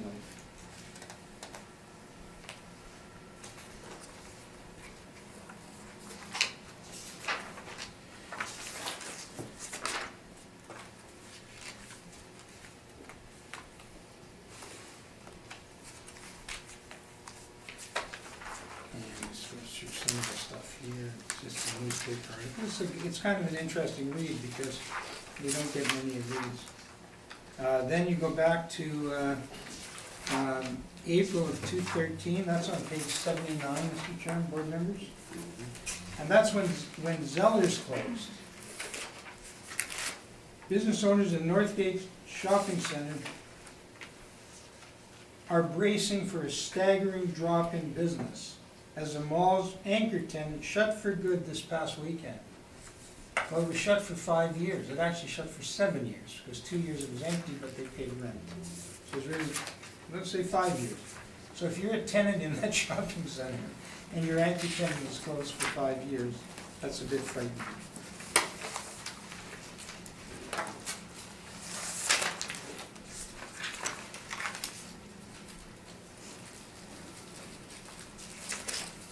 And they talk here about,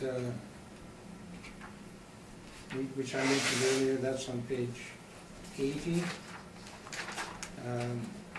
3 paragraphs from the bottom. Northgate Zellers was one of 3 in Winnipeg not selected to become a new target store as the American retail chain makes its way. So they were looking at it as a super target because it's 140,000 square feet. So they kept them at bay for a while. Here's another article just showing that, starting on page 82, another free press article. If you read it, it gives you a sense of what happened there. And then here's the Board of Adjustments, which is the approval for plans for the proposed redevelopment. And the Board of Adjustments hearing was post-reference. I'm on page 85. May 3rd of 2017. They went to the Board of Adjustment to see if they could do this. The administrative report is here, if you want to read it, it's attached. Some of the overheads that Jennifer brought forward are back here. I've taken too long and I apologize. But I'm saying that based on this very unique situation, we need a, at the end of the day, we're still trying to determine what would somebody pay for this shopping center if they were to buy it. We still have to look at a reference date. It's the economic conditions in the reference date. It's physical condition, you have to recognize buildings, but if they're empty, they're empty. So, I respectfully submit that if we go back to The beginning? almost, if we go back to page 8, that this is a fair and equitable way of valuing the shopping center at April 1st of 2016, maybe even at December 31 of 2017, maybe even today. The shopping center should get finished. You should have a period of time to operate, to stabilize. They haven't finished the lighting on the parking lot. They haven't finished all the curbs. Oshkosh moved in yesterday. And we're looking at a value of $35 million generated solely from post-reference leases. And we ordinarily can't even mention post-reference leases without getting our hands slapped in here. But the city is using post-reference. So I'm suggesting that page 8 is a reasonable approach. And that's using the net effective rent, there's no question, it's changed. We've given you evidence of, at $850 of a smaller space in the McIver Mall. So $850 seems to be what these folks pay, it's not unreasonable that they're paying $679. The bank didn't change, the cinema, we bumped to $550, they're not paying that, they're paying $2 gross. So they're really not paying anything. But they might be a traffic generator. They're not as much as they used to be, because they used to open at 1:30 in the afternoon. They used to open at 11. Then they, to satisfy the school boards and need schools in the area, they opened at 1:30, and then they made it 6:30. Now they just run ethnic second-run movies. It's a traffic generator, not the way it used to be. And that's the reason that fee.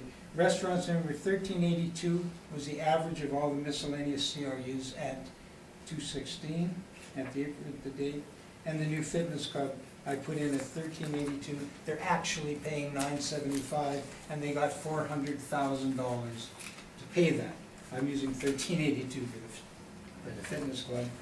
And that comes out to around $2 million, which coincidentally is, it's in my rebuttal brief, is what I think is a potential rent, and I'm using 10% based on the history of vacancy, and I'm accepting the city cap rate, and I respectfully submit the assessment should be $20,497,290, and I have a rebuttal brief which I'll present when you tell me to.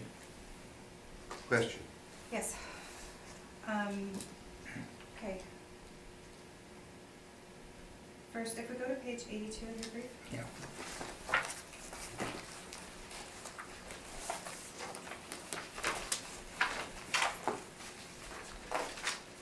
The ladies?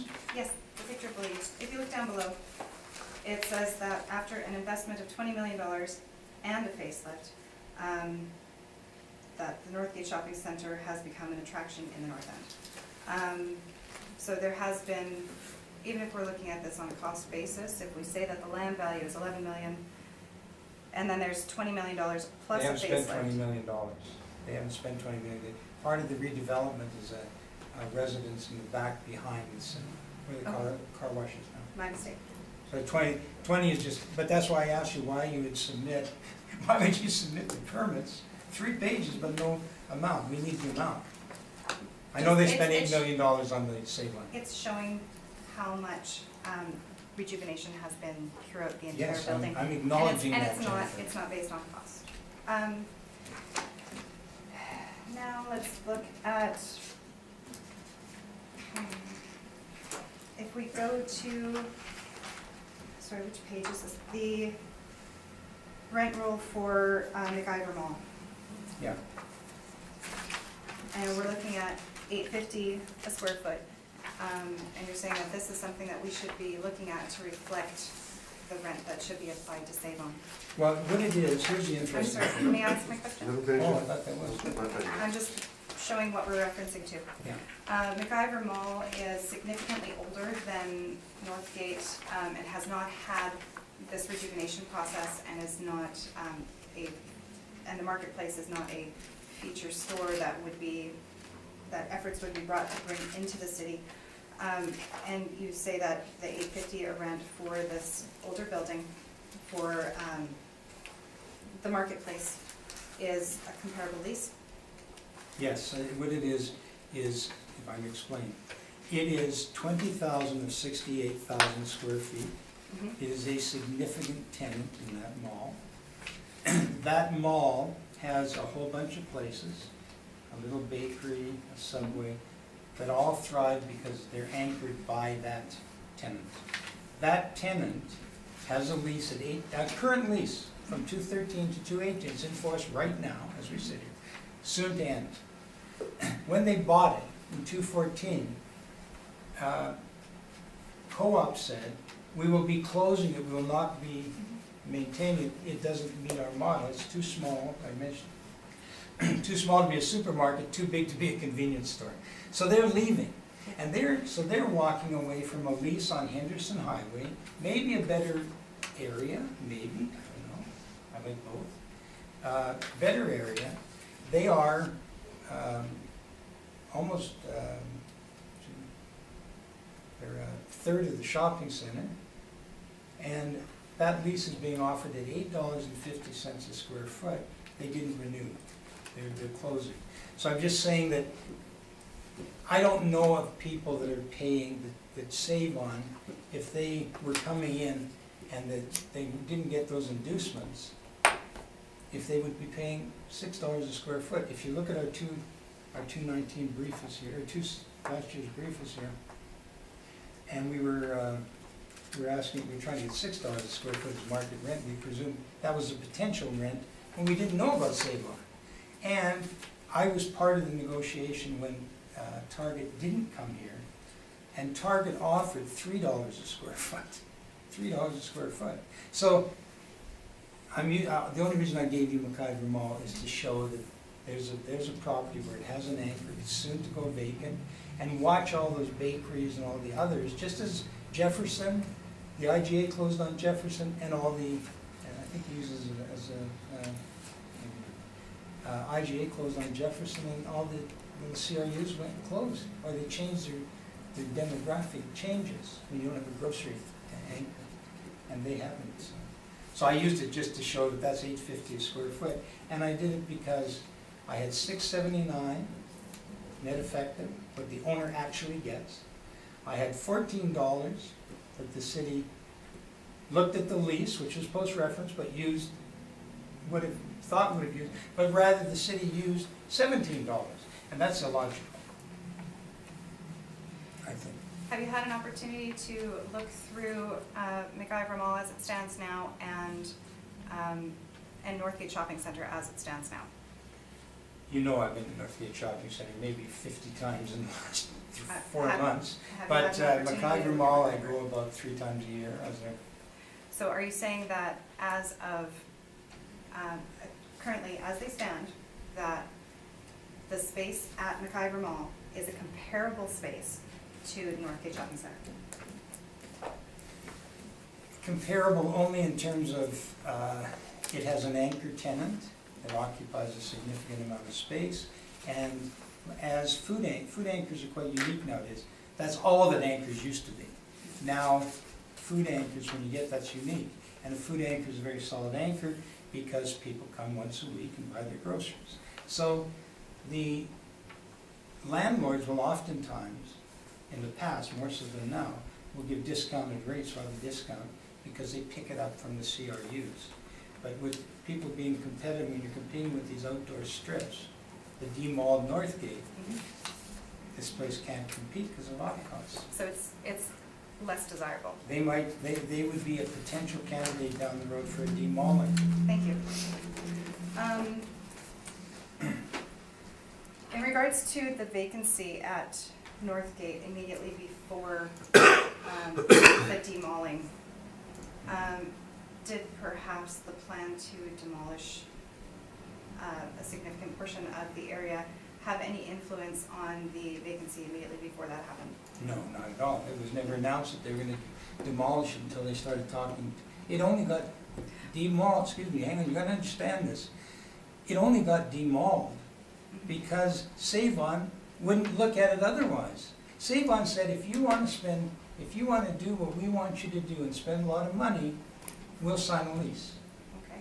But you've got to agree to do that. And the owners, not having, with due respect, didn't have any alternative.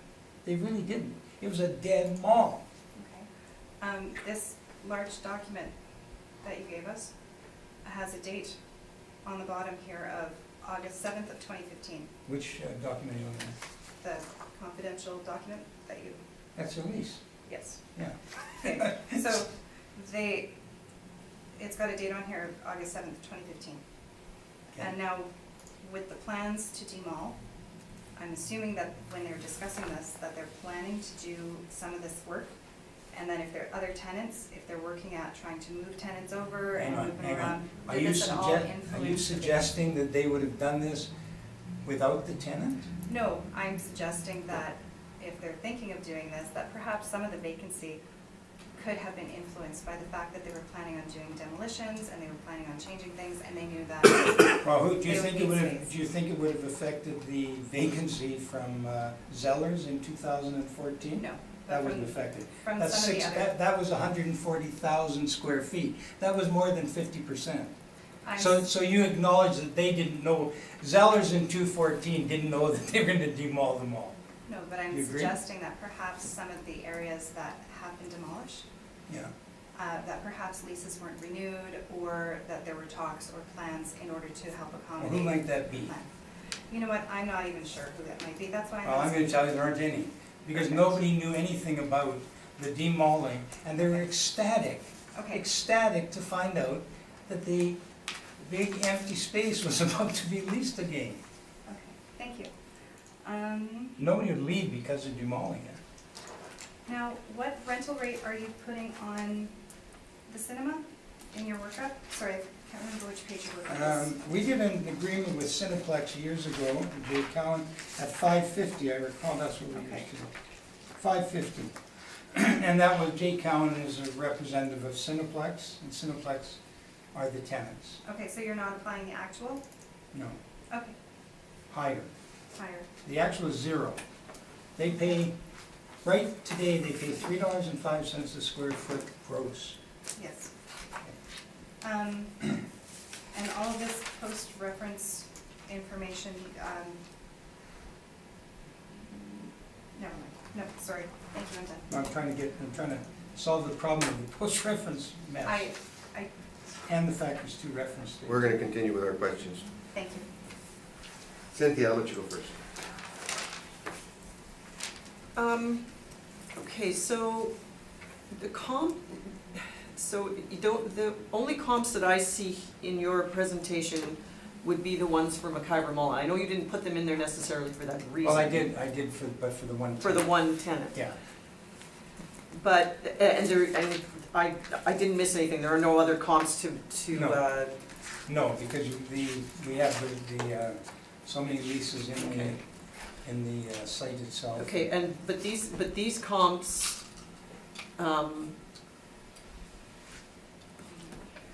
they're as of 04/01/2016, so they should be within the reference period, correct? The reference date Date, yes. is April 1st First, of 260. Okay, so, Yes, they would be in the reference. so, date. We and would- the rents seem to be, in general, I didn't actually average them out because there's a lot of them here, quite a bit higher than what you have presented to us here. In McIver Mall? Yes. That's because they're anchored. There's a food anchor. Oma's Bakery is there because there's. But we're considering this with a food anchor, with Save-On Foods, as a food anchor in the current mall. Yes, but it wasn't there. And we're reference looking date. at rent, and I'm just looking at this in terms of that it does meet the reference period. Yes, the reference we have our dates. rent, the rent roll we supplied. Correct, it's based on April 1st. And those are the only comps that are here. Okay. Yes. And I understand you gave them to us for that Yeah, one for reason. to show yeah, the okay. food store and the fact that it's. And you mentioned that the current vacancy rate of Northgate is 10%. Is all? It's is just a all- little more than that here. A little just- more? Yeah, Okay. it's, Is all of that occupiable? Like you say, some stores have just opened? yeah, one just opened yesterday. So all of the space that is currently vacant, is that, any of it still being worked on, or is it all occupiable, to your knowledge? It could all be leased, they're all for lease. They're all for lease, Yeah. okay. One sec, I'll get to, if you go to page 69 of the brief, and there is 19,000 square feet of vacant of 188. And you know what, I probably, it's here somewhere if I dug around, but when did they start actually leasing? That when, the date, probably the date, Save-On was the first lease. Okay, That say that was was in for 215. 250. $10.10 is the, or 10.10% vacancy. Is the vacancy, yeah. And that's Okay. on page 69. Okay. I And think- getting back to that, the demolition permit was taken May 1st of 216, 16. a month after the reference date. So nothing happened until the demolition Yeah. permit was And, applied. yeah, It was that's applied for, I don't know when it was issued. Okay, that's And all I Save have. On was the first tenant. It was Save On being able to announce Save On that got them The their rest, tenants. yeah. Sandy? Okay, yeah, that's all I have, thanks. You just mentioned the magnitude of the building permit, so you don't have an idea yourself of what the total, What they've spent, yeah, $14 to $15 million to date. They spent $8 million, they could have directly identifiable to the reconfiguration of the Save On space and the yard they require, curbs and whatnot. and of the vacant space that you mentioned, is some of it already in the process of being leased, or? Well, It's it's all all just- it's offered for lease.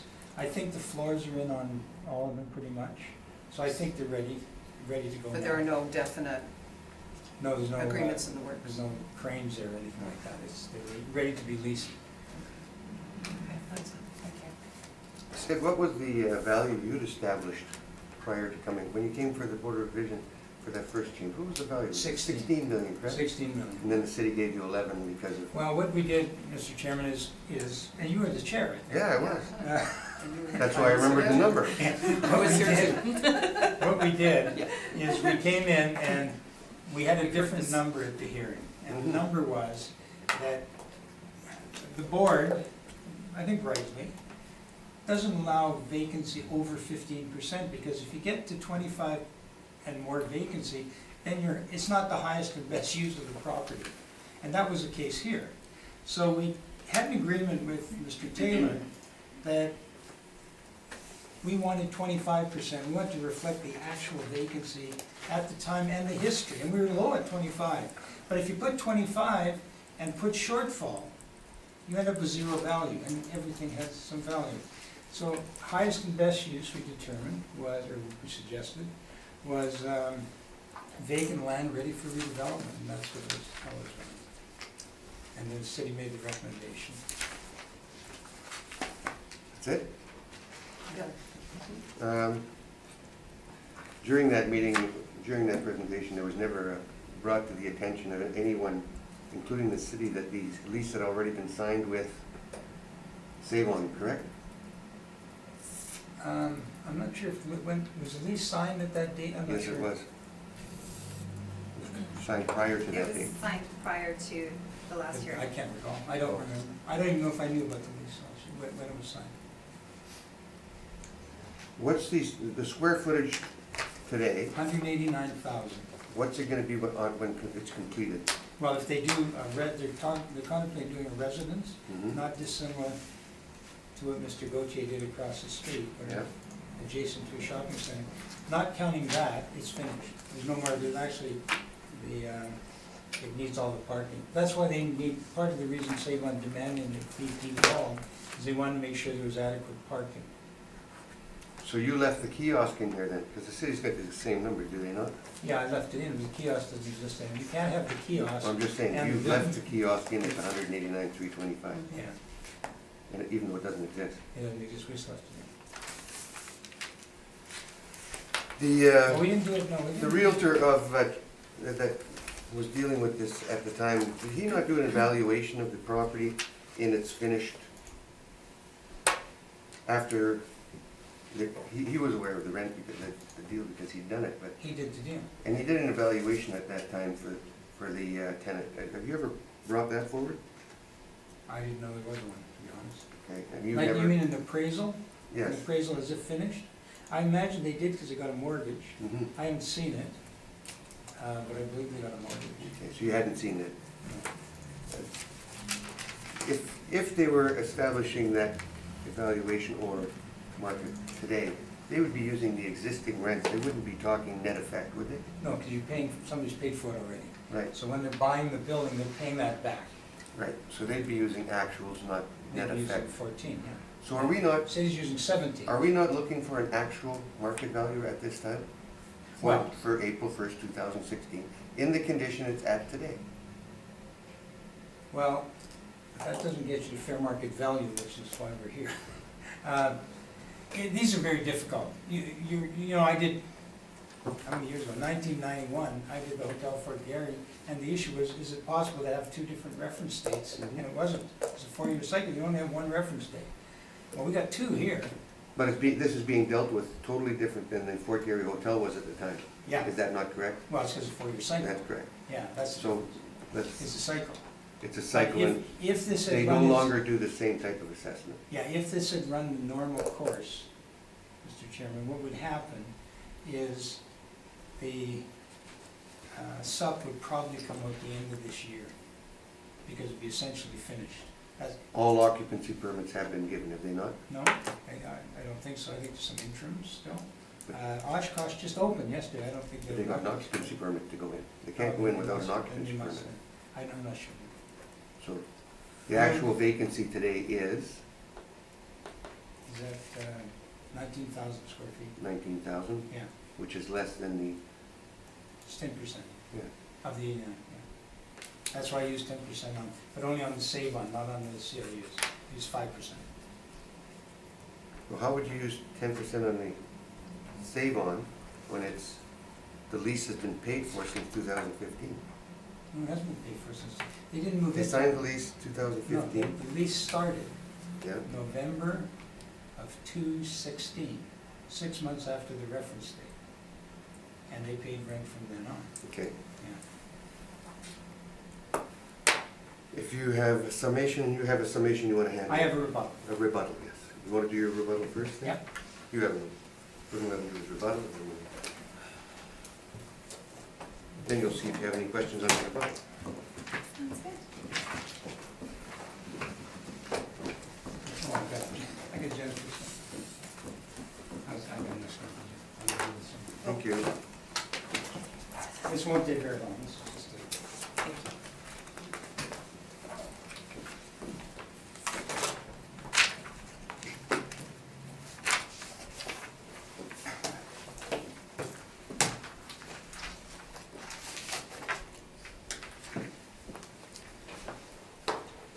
Thank you.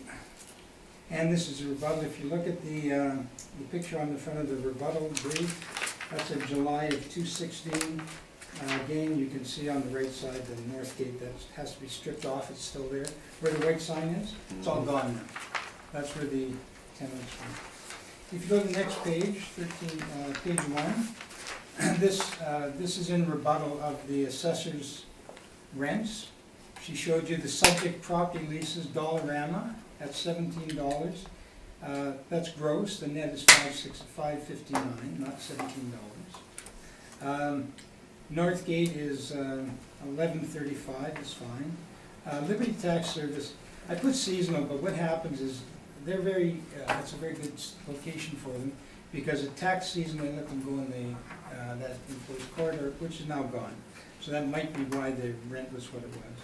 McPhillips hearing is 15, Bride Insurance 17, Royal Bank 22, and I put ATM locations because we've got some in the interior, were in the interior corridor as you went into the theater, which was very positive for them, and they had one, a drive-through out on the parking lot that's, I believe, now gone.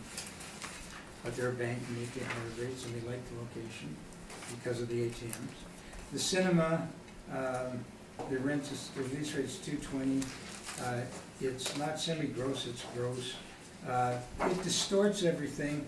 If you put this all together, the average is $898, but that's because of that low rent on there. But I just wanted to bring to the board's attention that of the 7 leases that the assessor presented as typical, she even shows $220 in her comp for the Cinema City, but then uses $10 in the model.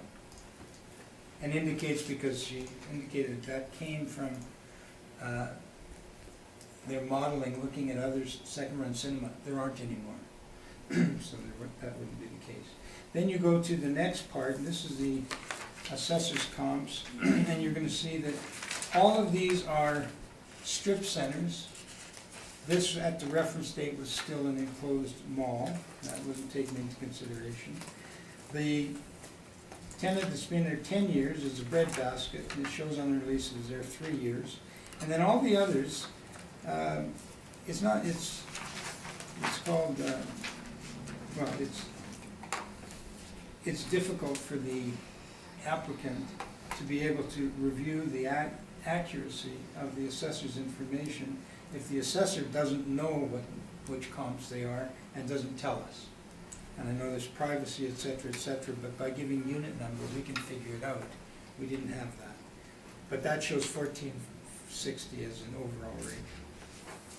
And then this is just a little, the next few pages are just a little bit of a write-up on the circumstances. Jollibee opened in December 2016, da-da-da-da-da. Property description, it talks about the vacancy. Fitness for Less opened October 18th of 2017. Go to the next page, rent comp. Talks about the assessor's rent comparables are flawed. We'll examine them individually. That Northgate was an indoor mall with an indoor corridor, was stated to the owner and reflected in the press. Northgate revitalization. Neighborhood shopping centers with interior corridors are now functionally obsolete.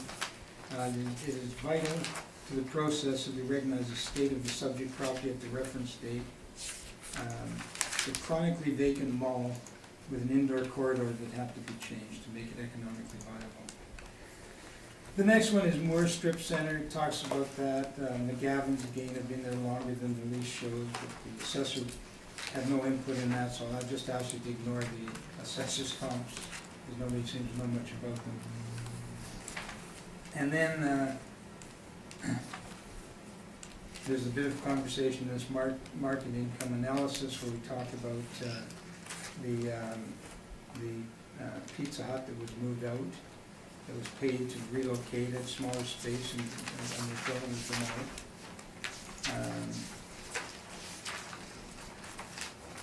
If we go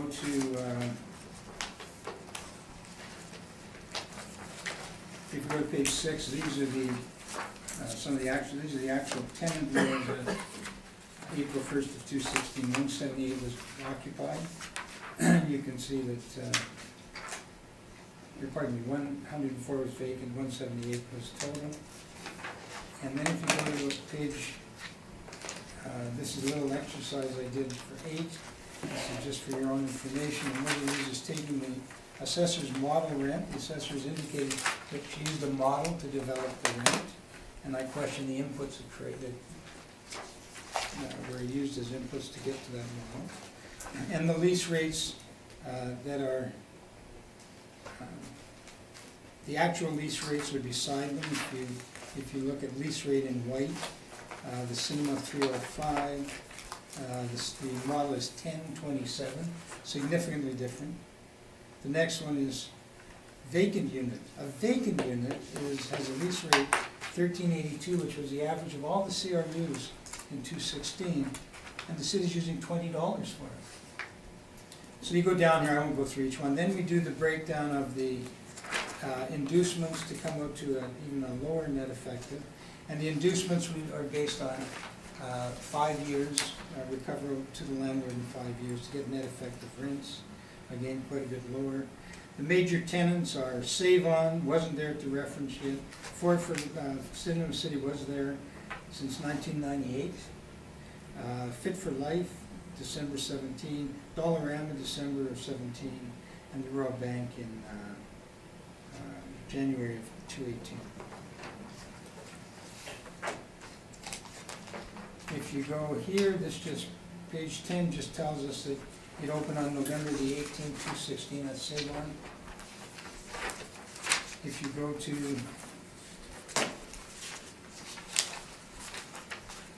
page 12, that's 1370, that's one of the comps used by the assessor. You can see they've got some retail. It's again, it's Sports Check is the anchor.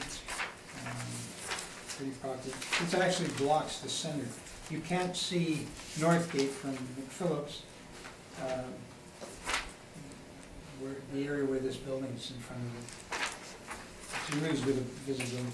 1030 Kuwait and I do it, and it's vastly different. It's a different market, different traffic. It's primarily restaurants and banks and whatnot, and it's not enclosed mall and not comparable, but the assessor didn't give us any information or have any information as to what properties they were, nor did she on the next one, which is 200, nor did she on 2136. So, and Jefferson, this is the one that IGA had closed, and it's got an $11 tenant. The comp that the assessor used is $11 a square foot. And that could be because the mall is closed, has no anchor. Next page, 18 is repeat. That's actually the decision. More newspaper articles. I won't read them anymore. When you get a chance, read about the demodeling process. Let's see. Then we go into to rent roll at the reference date. I won't get home hard by it.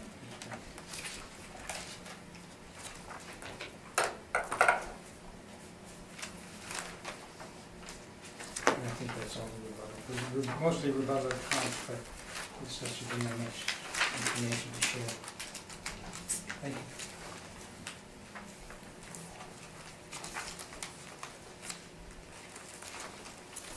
Any questions on his rebuttal?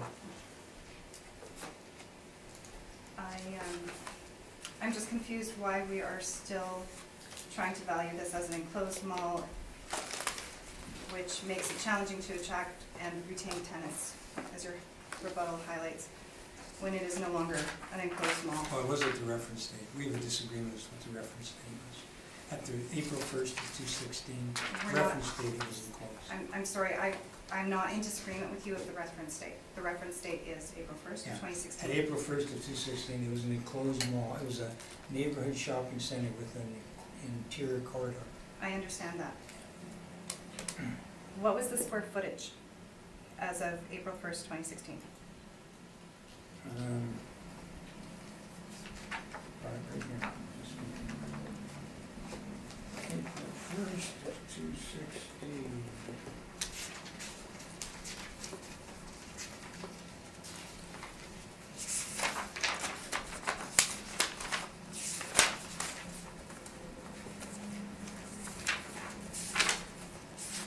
It's 189. 189,000. Yes, what the potential leasable is? No. Yes, what is the leasable area as of April 1st, 2016? I believe it's 189. I'll check that out here.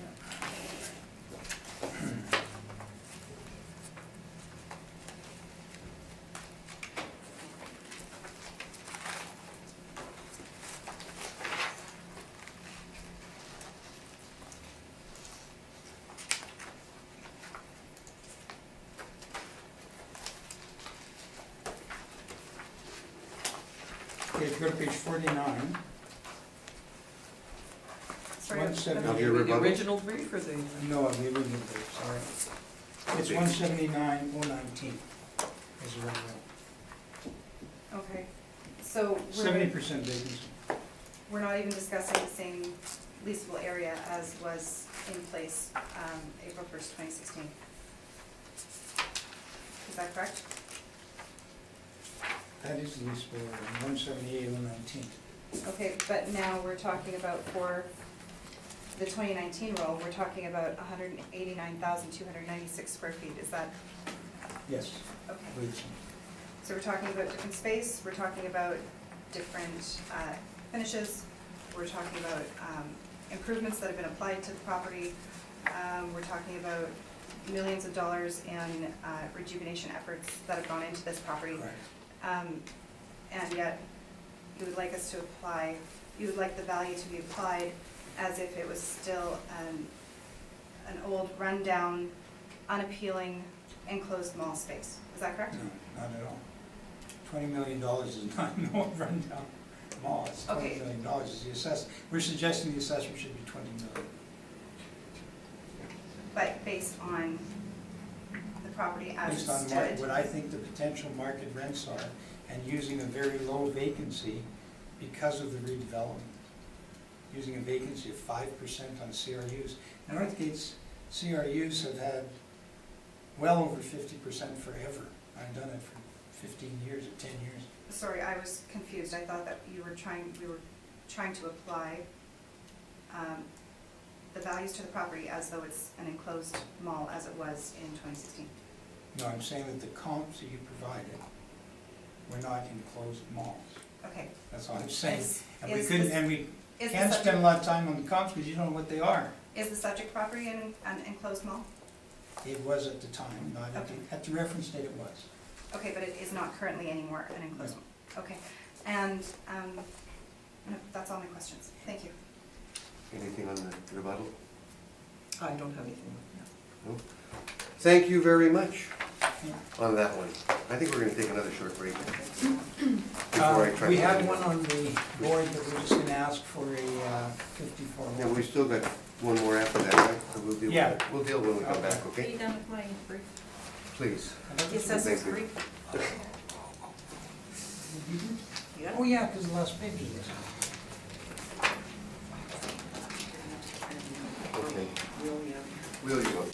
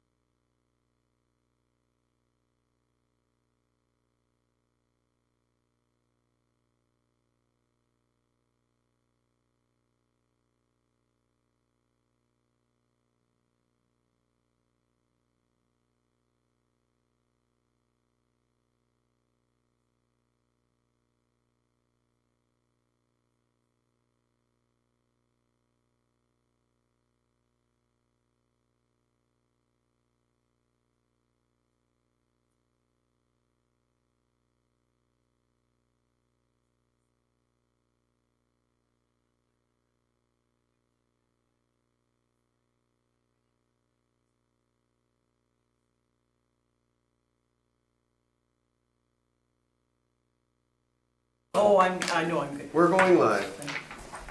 We're gonna move back up to 1795 Henderson Highway, if that's okay with everyone? Good. When you're ready, and the roll number, please. Sorry.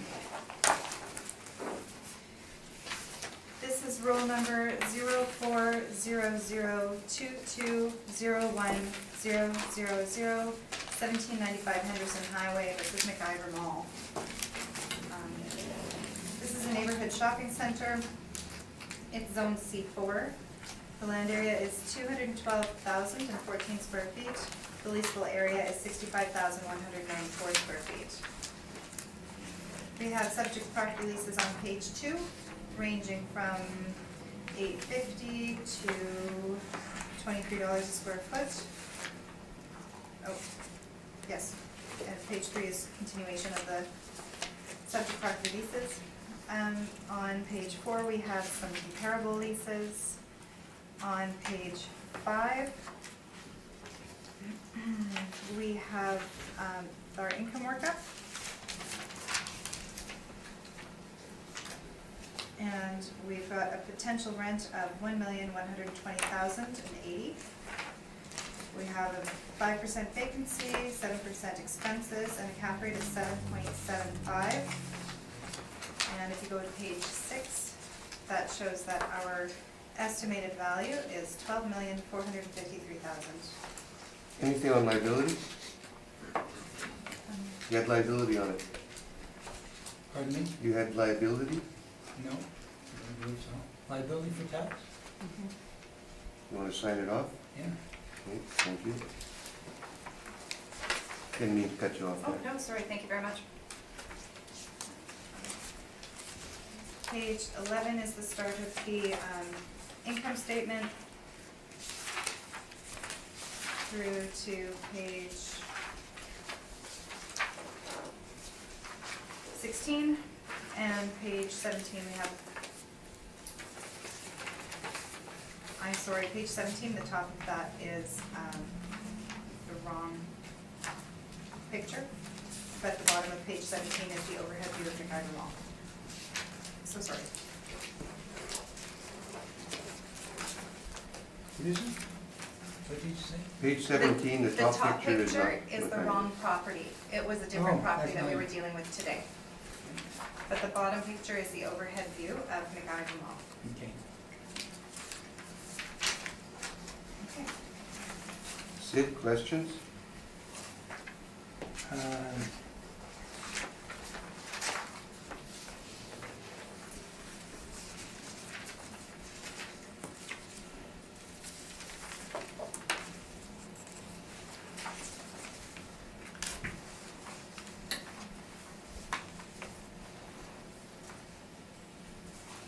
Yeah, on page,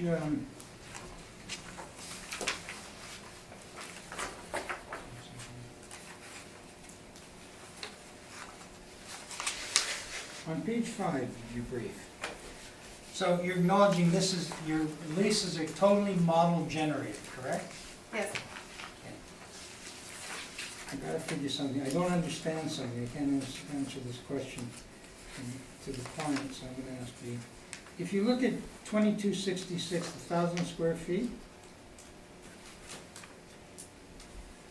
I'm it's sorry, which one? about, 1, 2, 3, 4, 5, 6, 7, 8. 8 from the bottom. Yes. Okay, that 1,000 square feet is 1730 is what your model shows as a market rent, is that correct? Apparently. Okay, and then drop down to 1072, which is 1, 2, 3, 4, so 4 down from there. So there's another space in the mall. It's 1,072 square feet, right? Yes. And it's vacant at the reference date. And the model is generating 2405 for it. Can you explain that? No, I don't have any more information on it right now than you do. It could be due to any number of factors that could be applied to it. It could be at a different quality. It could be that there have been renovations on that one that have It could be any factor that could be involved in the model. But all you get is the questionnaire from the taxpayer. And using the questionnaire, you input the square footage and the lease rate if there is one, or the vacancy. But you don't get to the detail of quality of finish and things of that nature. This is ad valorem. You're doing it from a model. So there are no site-specific elements there, are there?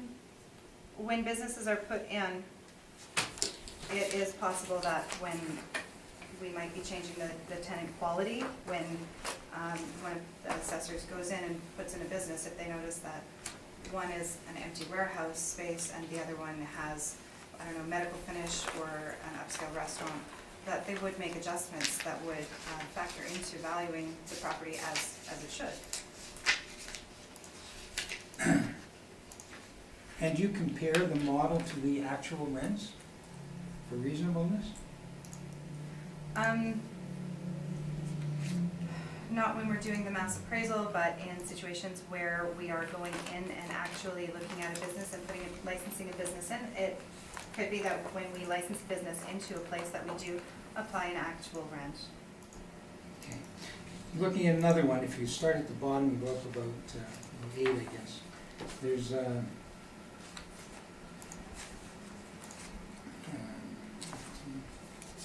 1,801 square feet at 1659. Yes. And then go to the top of the page, and there's 1750 at 2322. Yes. One would have to assume that if it's a model-driven determination, that it would be more similar to the bottom, where you've got 717 and 768, and they're approximately the same. Like I've said, we don't know what other parameters have been put on these premises. It could be that one is more of a storage setting. It could be that one has been given a higher rating as to quality or the condition of the property. So there's many factors that play in. It's not simply this is the building you're in and this is your square footage, because things like the types of finish and whether it's a second floor compared to a first floor, whether it's got a medical type of finish inside, or if it's just an empty warehouse space. There's different parameters that we So it's adjust. so you're saying you're There's different site-specific. parameters that we put in to adjust so that the model can more accurately portray market values based on not just where in the city this is, but also where in the mall this is, also the condition that's in there. So it's not that we have gone in and specifically typed in these various numbers, but we might have made changes to the parameters that will implicate an adjustment to the value of the rent based on items that we put in that would more accurately reflect that space and how that space could potentially be rented out. Okay. Do you do any analysis using actual, you don't look at the actual leases and do your workup? In situations for appeal hearings, we will frequently look at actuals. Sometimes when we're putting in new buildings, we'll look at what that is and compare if what the actuals are reflected in what the model spits out. And if it's not, we'll change some of the parameters so that the model might not match the actuals, but will come closer to reflecting what the actuals are, because that's how we come up with equitable assessments. Well, there's two things. You correct me if I'm wrong, but what you're trying to achieve is equitable assessments Yes? and arriving at fair market value, what something would sell at, correct? Yes. Do you believe that people would buy based on the model or based on the actual? It would be lovely if we could go in and enter in all of the actual rents within the city. However, we don't do that. We do computer-assisted mass appraisal. So the best thing that we can do is we can put in the parameters into the model that accurately reflect in order to come to the closest to actual that we can do. If somebody is disappointed with the value that the model spits out, we can come here. But what we can do and what we are within our means is to do the model. And there have been a variety of inspections of this property. And when the businesses are put in, the quality of the property is looked at, and the type of rent that they're paying is looked at, so that we can adjust the parameters to make the model work for us, so that the model is an effective model that will spit out values that are market values. You've got the food store, marketplace. Yes, And you made reference to it earlier, so I assume you know a little bit about it. So it's a small grocery store, yes, and it entered into a lease, in an extension of a lease, in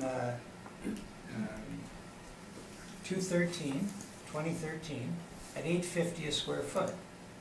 And that's the in-place lease today, is that correct?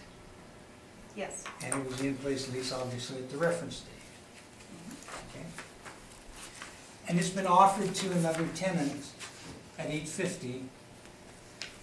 This model is generating $10, $15, $2 a square foot. 10, 15, 10, $2 more. $2 more a square foot. How do you explain that? That was generated by the model. How's that possible? I guess that's my point. Because we don't apply actual rents for all of the spaces within the Okay. city. We use the model, and we adjust the parameters when we have an opportunity to make it more applicable. So somebody coming along contemplating buying this, would look and he's getting $8.50, they're trying to renew at $8.50, the people wouldn't. So does that not indicate some indication of market, what market is for this space? That would indicate what market is, but are we looking at, how would we be aware of people who are not taking up deals? You're We aware were of the lease, it's in your brief, you're aware that the lease is $8.50 a square foot? Yes. You're aware the lease was signed in 2013? Yes, and you are aware that we do not do actual rents on all of the properties But you within the just said city, you because do. we do. You just said you do, and you said No, when- I did not. I said that we use the parameters Okay. and we apply them to help get us to an equitable value. I did not say that we use actual leases. Okay.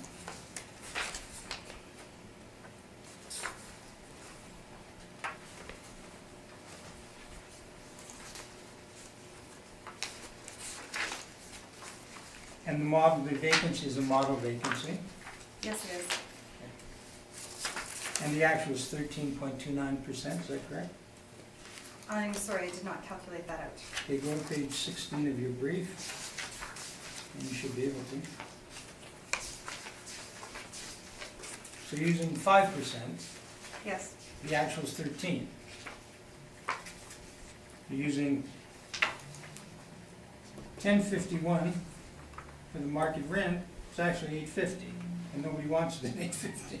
Or people right now aren't expressing an interest in it at 850, at least not the current tenant, maybe new ones will. Is that 1329? 8660, 8677?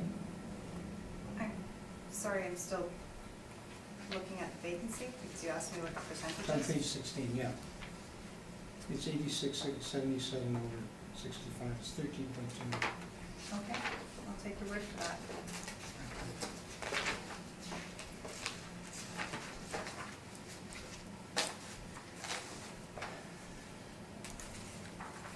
And you get, page 11 of your brief, obviously you get these financial statements from the people, correct?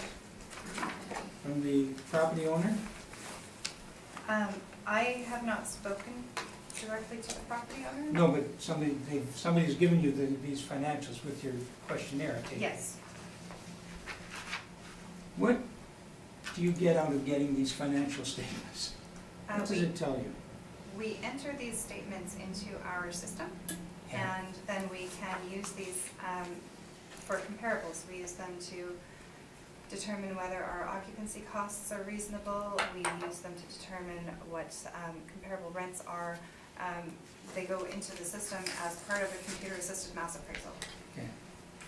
And would you wonder when you look at this package, or this, when you're doing this brief, you're suggesting that the property, based on model rent, should generate 1.12 million in gross revenue before vacancy, correct? We're saying it has the potential to, yes. Yeah, okay. And then go to page 11, which is the actual financial statement, and it actually generated $545,852. Mhm. Does that give you cause for concern about the accuracy of your assessment? It's, Are you asking me if I'm doubting the entire process of computer-assisted advanced appraisal? well, I'm wondering if you delve, if not you, if the city should be delving a little deeper into these circumstances, because the taxpayer has to be told that his property is valued based on a potential income, and he might think he's, and he may be, doing the best he can possibly do in achieving that. He's essentially full. He's facing potential additional vacancy because of loss of an anchor. But one would have to wonder, when you look at the 1.120, why he only generates 545 from it. And maybe that would lead to consideration to use the actual rents. Might be fairer. Sorry, what was the question? I don't know for that. Oh, Okay. yeah, just the fact that the potential rent you're suggesting to this board should be twice what he actually earns. And these are very professional management. This is a lovely shopping center, it's a nice neighborhood shopping center. The problem is that the anchor tenant is too small. That's really what it is. And you've seen that with Sobeys. Sobeys went from 35. Is there a question here, Sid? No. Okay, let's move Yeah. on. Okay. That's all my questions. I don't have much on this. Okay. Cynthia? No, you know what, I don't think I have anything, thanks. Sandy? I don't either, thanks. Comparables, rent comparables. You don't have anything in that 20,000 square footage in there, or am I missing something? No, I didn't have any, nope. I don't have anything to compare to the marketplace. So all you're using is the model, Yes. which you haven't given us anything to do with the model, correct? Correct.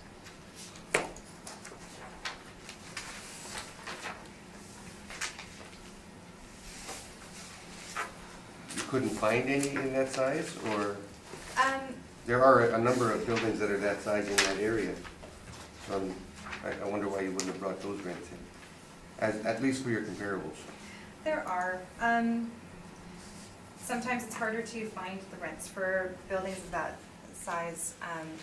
A lot of them are owner occupied. Some of them are cheaper. Some of them are cheaper. Some of them are more expensive, but, But in that area, are there any that are more expensive in that area?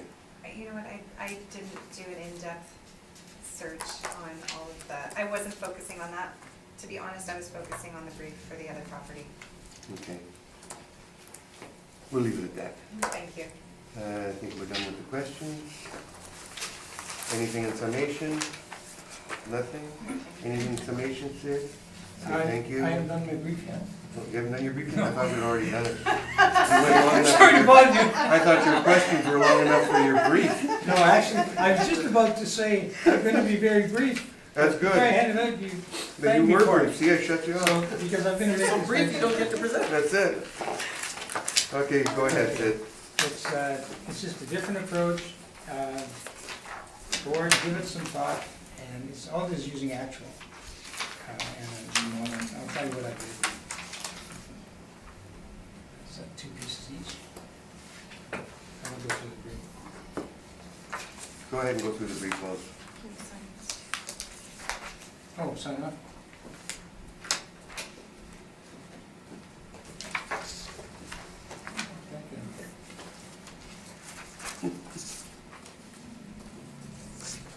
Thank you.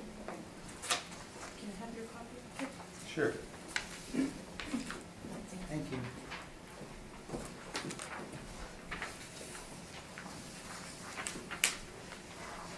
You're changing your number?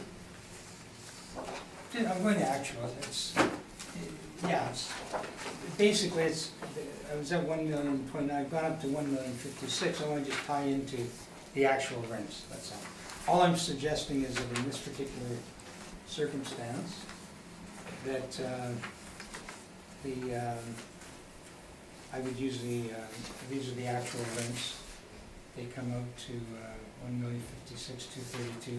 I use 6% because we used 6% on retail last year vacancy. The actual is 13%, so I used half of the actual. And I'm suggesting using the assessor's cap rate that we come to an assessment 11,732,366. The real thing is, the real question is 850. I'm higher than the assessor on the CRUs. Is 850? Is it a market rent for that space? And I suspect it is.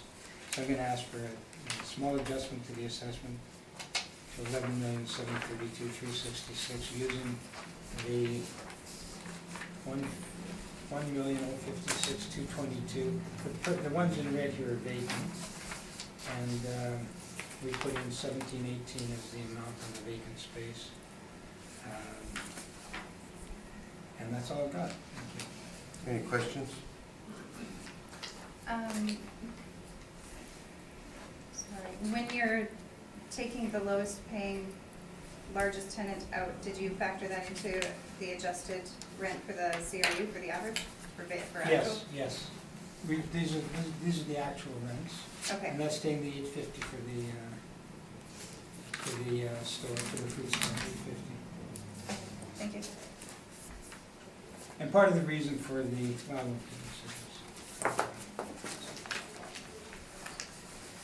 I just think that the legislation. Jennifer? No questions? I just asked him That's it? about the mapping. Yes, Okay. that's it. Cynthia? No, I have nothing, thanks.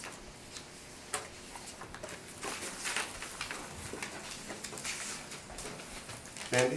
No, thank you.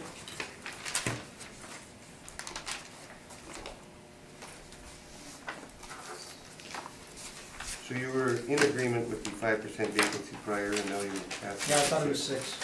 Hmm? I thought the So this should assessor was 6. actually, so this should actually be 5, shouldn't it? Well, it shouldn't be, it should be 13, but it's half of 13 is 6 and if you want to take the 5, that's fine. Okay. Yeah. Then we're in agreement with the assessor on everything other than the rents, and I suggest in this unique Sorry, I situation shouldn't have been. that the actual rents are more appropriate. Okay, thank you. One more. I'm still gonna need that for a bit. I have a. We got one more property to deal with. Yeah, we're asking for 54-1. Let me bring it up on the record, and then you can do it, okay? Yeah. 612 Ellis Avenue, and he's asking for 54-1. Are you okay with that? Sure. 54-1 it is. Thank you very much. Thank you, ladies. Have a great day. I should have written on there. You've got a real good whiteout, huh? Sorry.